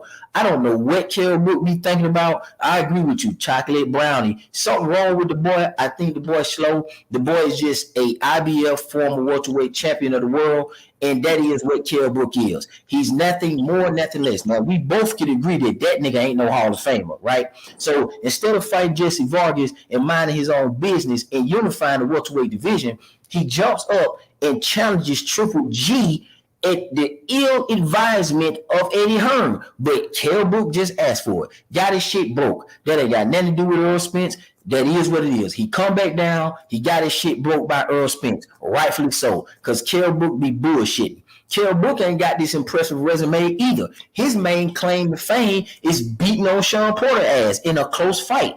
JoJo Dan, Kevin Bizier, all those guys are just, little contenders, Carson Jones and all that kind of shit. Those guys are not world beaters, right? So what you do when you got a guy that's not a Hall of Famer and you're going against a first ballot Hall of Famer being Terrence Crawford, Bud Crawford, what do you do to a motherfucker who's had his legs chopped off, worried about how much money another motherfucker getting, got his eye socket broke twice? What you do? You stop his ass in the fourth.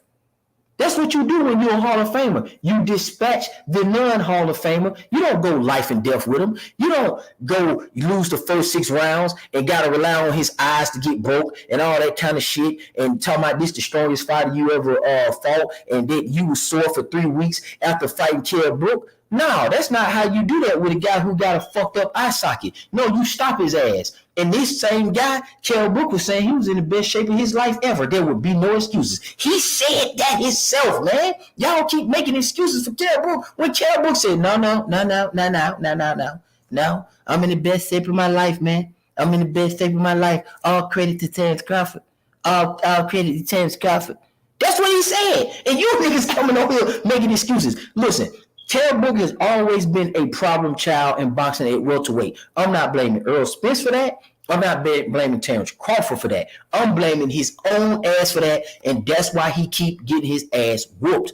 Okay? And this notion that this lie about Keith Thurman ducking him, that's the biggest lie. First of all, dude, listen. Eddie Hearn already on record was saying, no, we absolutely don't want to fight Keith Thurman, dog. They said it. That's already on record. Eddie Hearn said, we wanted to explore that fight. No, we don't want to fight Keith Thurman because Kell Brook want to do some other shit, which is everything I just told you about. Then they offered the nigga Jesse Vargas. He turned that shit down. Kell Brook has always been this kind of fool. Okay, everybody know he had his legs chopped up before he even fought Triple G. So he had injury history before that because he run around England doing kind of hot boy crazy shit. So of course he gonna get his ass whooped by both of those guys.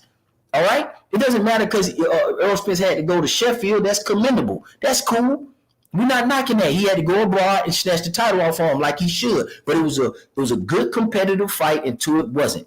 Okay, he pressed him down, put that thing on Earl Spence. His eyes gave out, and that's what Earl Spence supposed to do. Stop him, make him take a knee. And the same thing Crawford's supposed to do.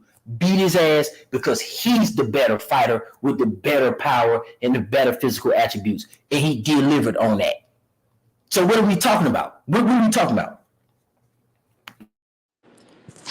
Once again, Earl Spence fought the better Kell Brook. You can't take that away. Can't slice it and dice it, however you want to slice it. He fought the better version of Kell Brook that was the world champion over in his hometown with Dominic Ingram, the coach that knows him the most, right? Knows him the most. They go get the best up out of him. You feel me? Everything else to me that you said, I ain't saying I'm dismissing that shit, right? But it still comes down to the fact that Earl Spence went over to the UK and brought my lane, baby, right? In this man's hometown, where this man was the world champion. You feel me? You got more on the line. You working your ass off even harder, because you damn sure don't want to lose in front of your peoples. That's the last thing you want to do, right? You controlled everything. You was the A side in this mix. You control everything. You feel me? Compared to being controlled, right? Compared to bring your ass back down to 47 after almost 2 or 3 years, not having your best trainer with you. You feel me? It's like it's night and day, bro. Like this not even an argument for real. It's really not an argument. But for the ones who wanna for the Let me ones who ask a want question. for the one Let me ask hold a on, question. bro. I'm talking, bro. Answer the question Let me I'm ask a saying, question. bro. Hold on. Let me ask a question. I'm You can't talking, bro. show. I Answer gotta the get you question in the that's back on because you you. can't hold your horses. Show. You can't. You Yeah, can't. but hold on, It's bro. really bothering you. Let me get you back here. Show. Yeah, Hold his horses. He can't. I'm yeah. listen. I'm gonna go ahead and I'm gonna let it. I'm gonna open it up because they All right, itching. all right, good. We'll All right. keep it here. We'll keep it here so everybody else can get their work. And it's a good conversation, Money. And we'll finish this later toward No the fight. doubt. And we'll put a pin in it. We on Kell Brook, me and Kell you. Brook. All Got right. you. So let me let these other guys in here because they itching. I can't. Let's go. Go ahead, show boy. Yeah, man. Shit, y'all been talking for a goddamn hour about the same old bullshit. What I'm saying, well, I just want to ask a question, and I was going to continue to listen to y'all talk about the same old bullshit. But I just want to ask a question. How many people did Kell Brook lose to in his career?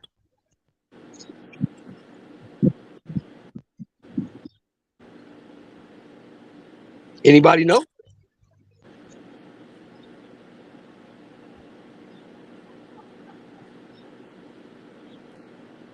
No, we let you. You got the floor, man. No.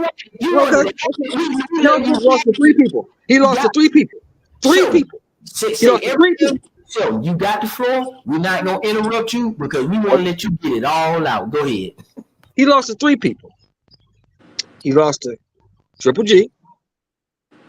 He lost to Errol Spence, and he lost to Terrence Crawford. In my opinion, none of those losses, you should have no shame for none of those losses. You lost to three of the best in the world. Everybody else, whooped their ass. Everybody else. So I don't get where we come with this. He fought the better Kell Brook. He fought the lesser Kell Brook.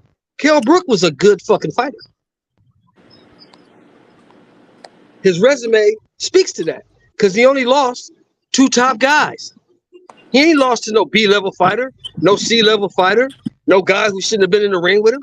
He lost to guys who were clearly better than him.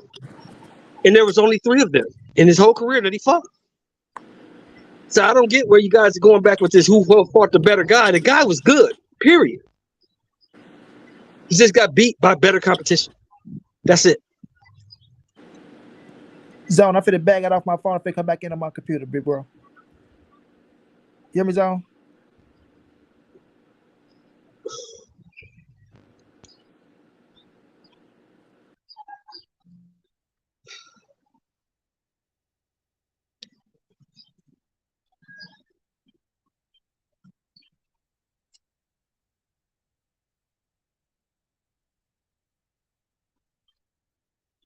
Smoke, you still there?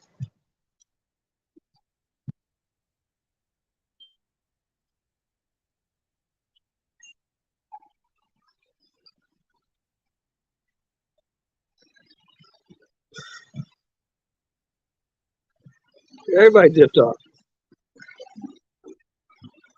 Okay.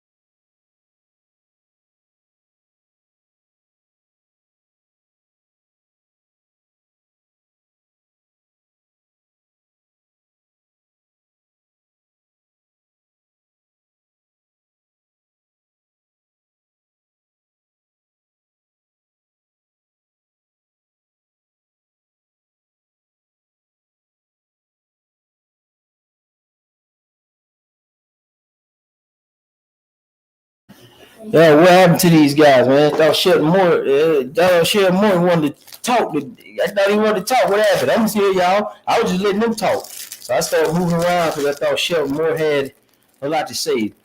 Okay. Y'all know what happened? Did they drop off? Well, let me put the link back in. Maybe something happened because I'm sitting here. It's open. I'm like, where their voices go? We still here. Hold on. Hold on. I dropped the link for some other people. Let me kind of get an idea of what maybe happened. Let me look at the playback real quick because I don't know what these guys did. Let me see some. Let me go back. Y'all can't hear me though, correct? Okay, Money said he was switching to the CPU. Okay, yeah, he need that high speed internet fucking with me. We just having a good time. Okay, I see Hype Low in there, so we still got traction. Yo, how's Go it going, ahead. Zone? Hold on, let me see. I'm just playing it back real quick. What happened to was it Money switching? I don't know. It just cut off. I was listening. It just cut off in the middle. Like something happened, and now I see Money drop nothing. off. I'm looking at it now. Go ahead and speak your piece. I'm looking at it now. Money. Yeah, I just wanted to say, like, you can if you want to, and you want to be political and really love somebody, you can make either one of them sound great or bad. It's one of those things, bro. Like the resumes at welterweight are not that different. But if you wanted to say, oh, Crawford, right, titled in his first fight, he knocked everybody out. He beat more undefeated fighters as a welterweight during his title reign than Spence did. I mean, you can find things to point out. And then if you're a Spence guy, you're going to say, he fought the better Kell Brook. He fought the better Sean Border. You know, like, it's just lame after a while, bro. They're about the same at welterweight. Unless you're considering, like, the fact that Crawford has been there less time and has more defenses. That's the only thing I would say. Yeah, I agree with all that. I mean, I said they're about the same. That's my argument, but you're not. So let me ask you this, Hypo. Let's just take a poll in. Yeah. Who believes that in totality that Earl Spence has a better resume than Terrence Crawford? Who believes that? In totality, that Spence? Yes, Spence or Crawford, better resume. Spence or Crawford, better resume in totality. Who has the better resume? Spence or Crawford? For me, Crawford. Crawford okay. does. You just accolades count as a part of your resume. Yes, it does. I don't know why they keep trying to separate the two, but it is what it is. And they want to separate off welterweight too, as if that's gonna help them. You know, like it doesn't really, because Spence didn't fucking title in his first fight at welterweight. And Bill, shut your old ass up. There ain't no black reception over here. You just in Florida smoking them cigarettes, and your ass can't fucking hear. That's what it is. You need to reapply for a new hearing aid, blood, and get off the take your goddamn meds. Go ahead, Hyblo. Yeah, I just think even at welterweight, it's very close. I mean, I can make a case for either guy if I had to, but honestly, my feeling is that maybe Crawford's slightly better at welterweight, just because of the cleanliness of his record and how perfect it is. You know what I'm saying? The opponents are relatively the same, in my opinion. I agree. So listen, this is what we'll do, man, because we got some people jumping in and out. I kind of want to make sure we keep it clean as possible. What I'm going to do is I'm going to probably continue this, maybe later. You know what I'm saying? Waynetalk didn't show up, so this was a great dialogue. Oh, what happened with that, bro? I don't know, man. Y'all go over there and get on his ass because he acting like he's scary and shit. Let me change this to a boxing talk. This was a good conversation between Money Brown and the panel. Let me see. Boxing talk. This was not a debate between me and Money Brown, so guys, don't take it like that. We were just having a good dialogue. It's like you can't have a discussion without people thinking it's a debate. Yeah, Money Brown, my partner. I don't debate no more. I just have conversations because I like to hear what people's perspectives are now. The debate are within what the debate's supposed to be. They are, for the combatants. I seen Christian here, and those guys are the ones who put me in the work. So this was Boxing 13, and Waynetalk Ducks Smoke. So definitely put that in there. Waynetalk Talk But Smoke, go ahead. You can close us out, Hyper, and tell us where they can find you. Oh man, everybody already knows. I'm only on YouTube. Haplotype 0. I get I feel good about when I go live. There's a lot of good people that come in. You should join whenever you want, Zone, of course. And thanks for having me on. Okay, no doubt. All right, appreciate your high blow. Money Brown TV is my man. Appreciate that for the pull up TV. And we talked about Earl Spence pretty much, right? Same stuff. We kind of gave you something because Waynetalk didn't show up. So Spence versus Crawford again, right? Spence versus Crawford. And there it is. So let's change that title. Keep the same thumbnail. Change that up.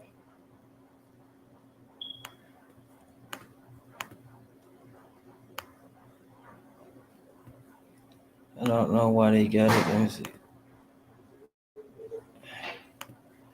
Okay, let me see it. All right, let me get blood in. Let me get old man blood and smoke in here. Y'all go ahead. I'm changing it up, and I'm finna close this down because I got to make a run real quick with the family. Hey, zip that book bag up. Get them closed. Yeah. Hey, just sit. Yeah, go ahead, blood. Go ahead, smoke. Yeah, man. We know that you lost service over there in Hayhire, Georgia, man. Always talking about you from Atlanta, man. You ain't no city boy.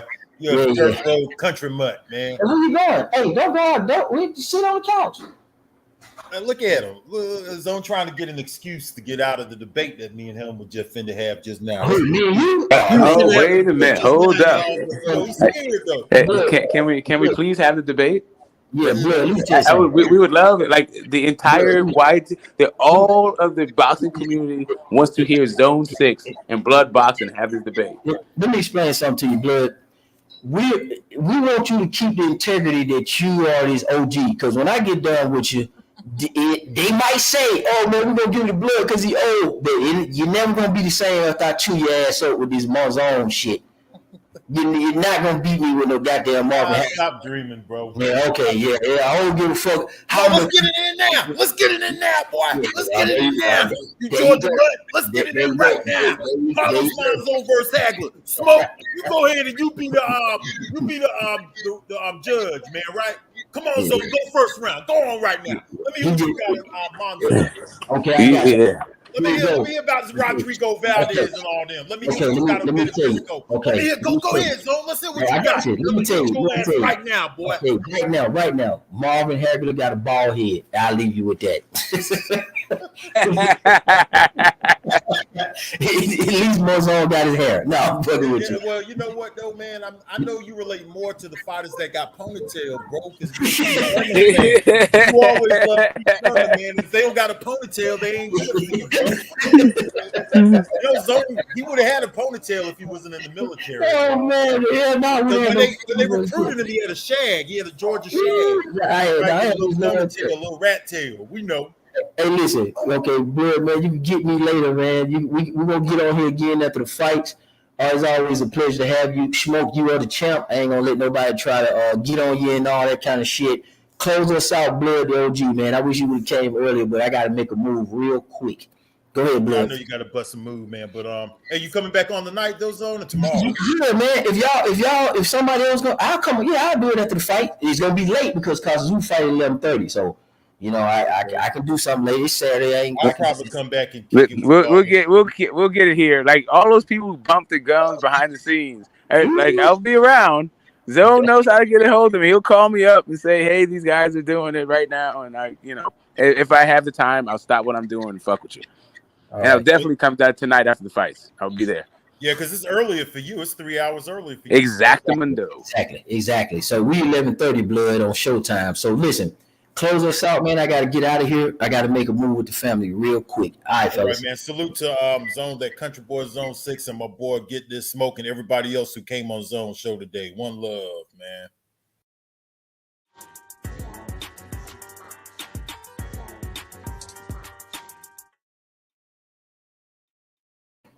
I appreciate y'all for joining me. We're going to close this one out, man. This was a good one, actually. It was an unexpected surprise.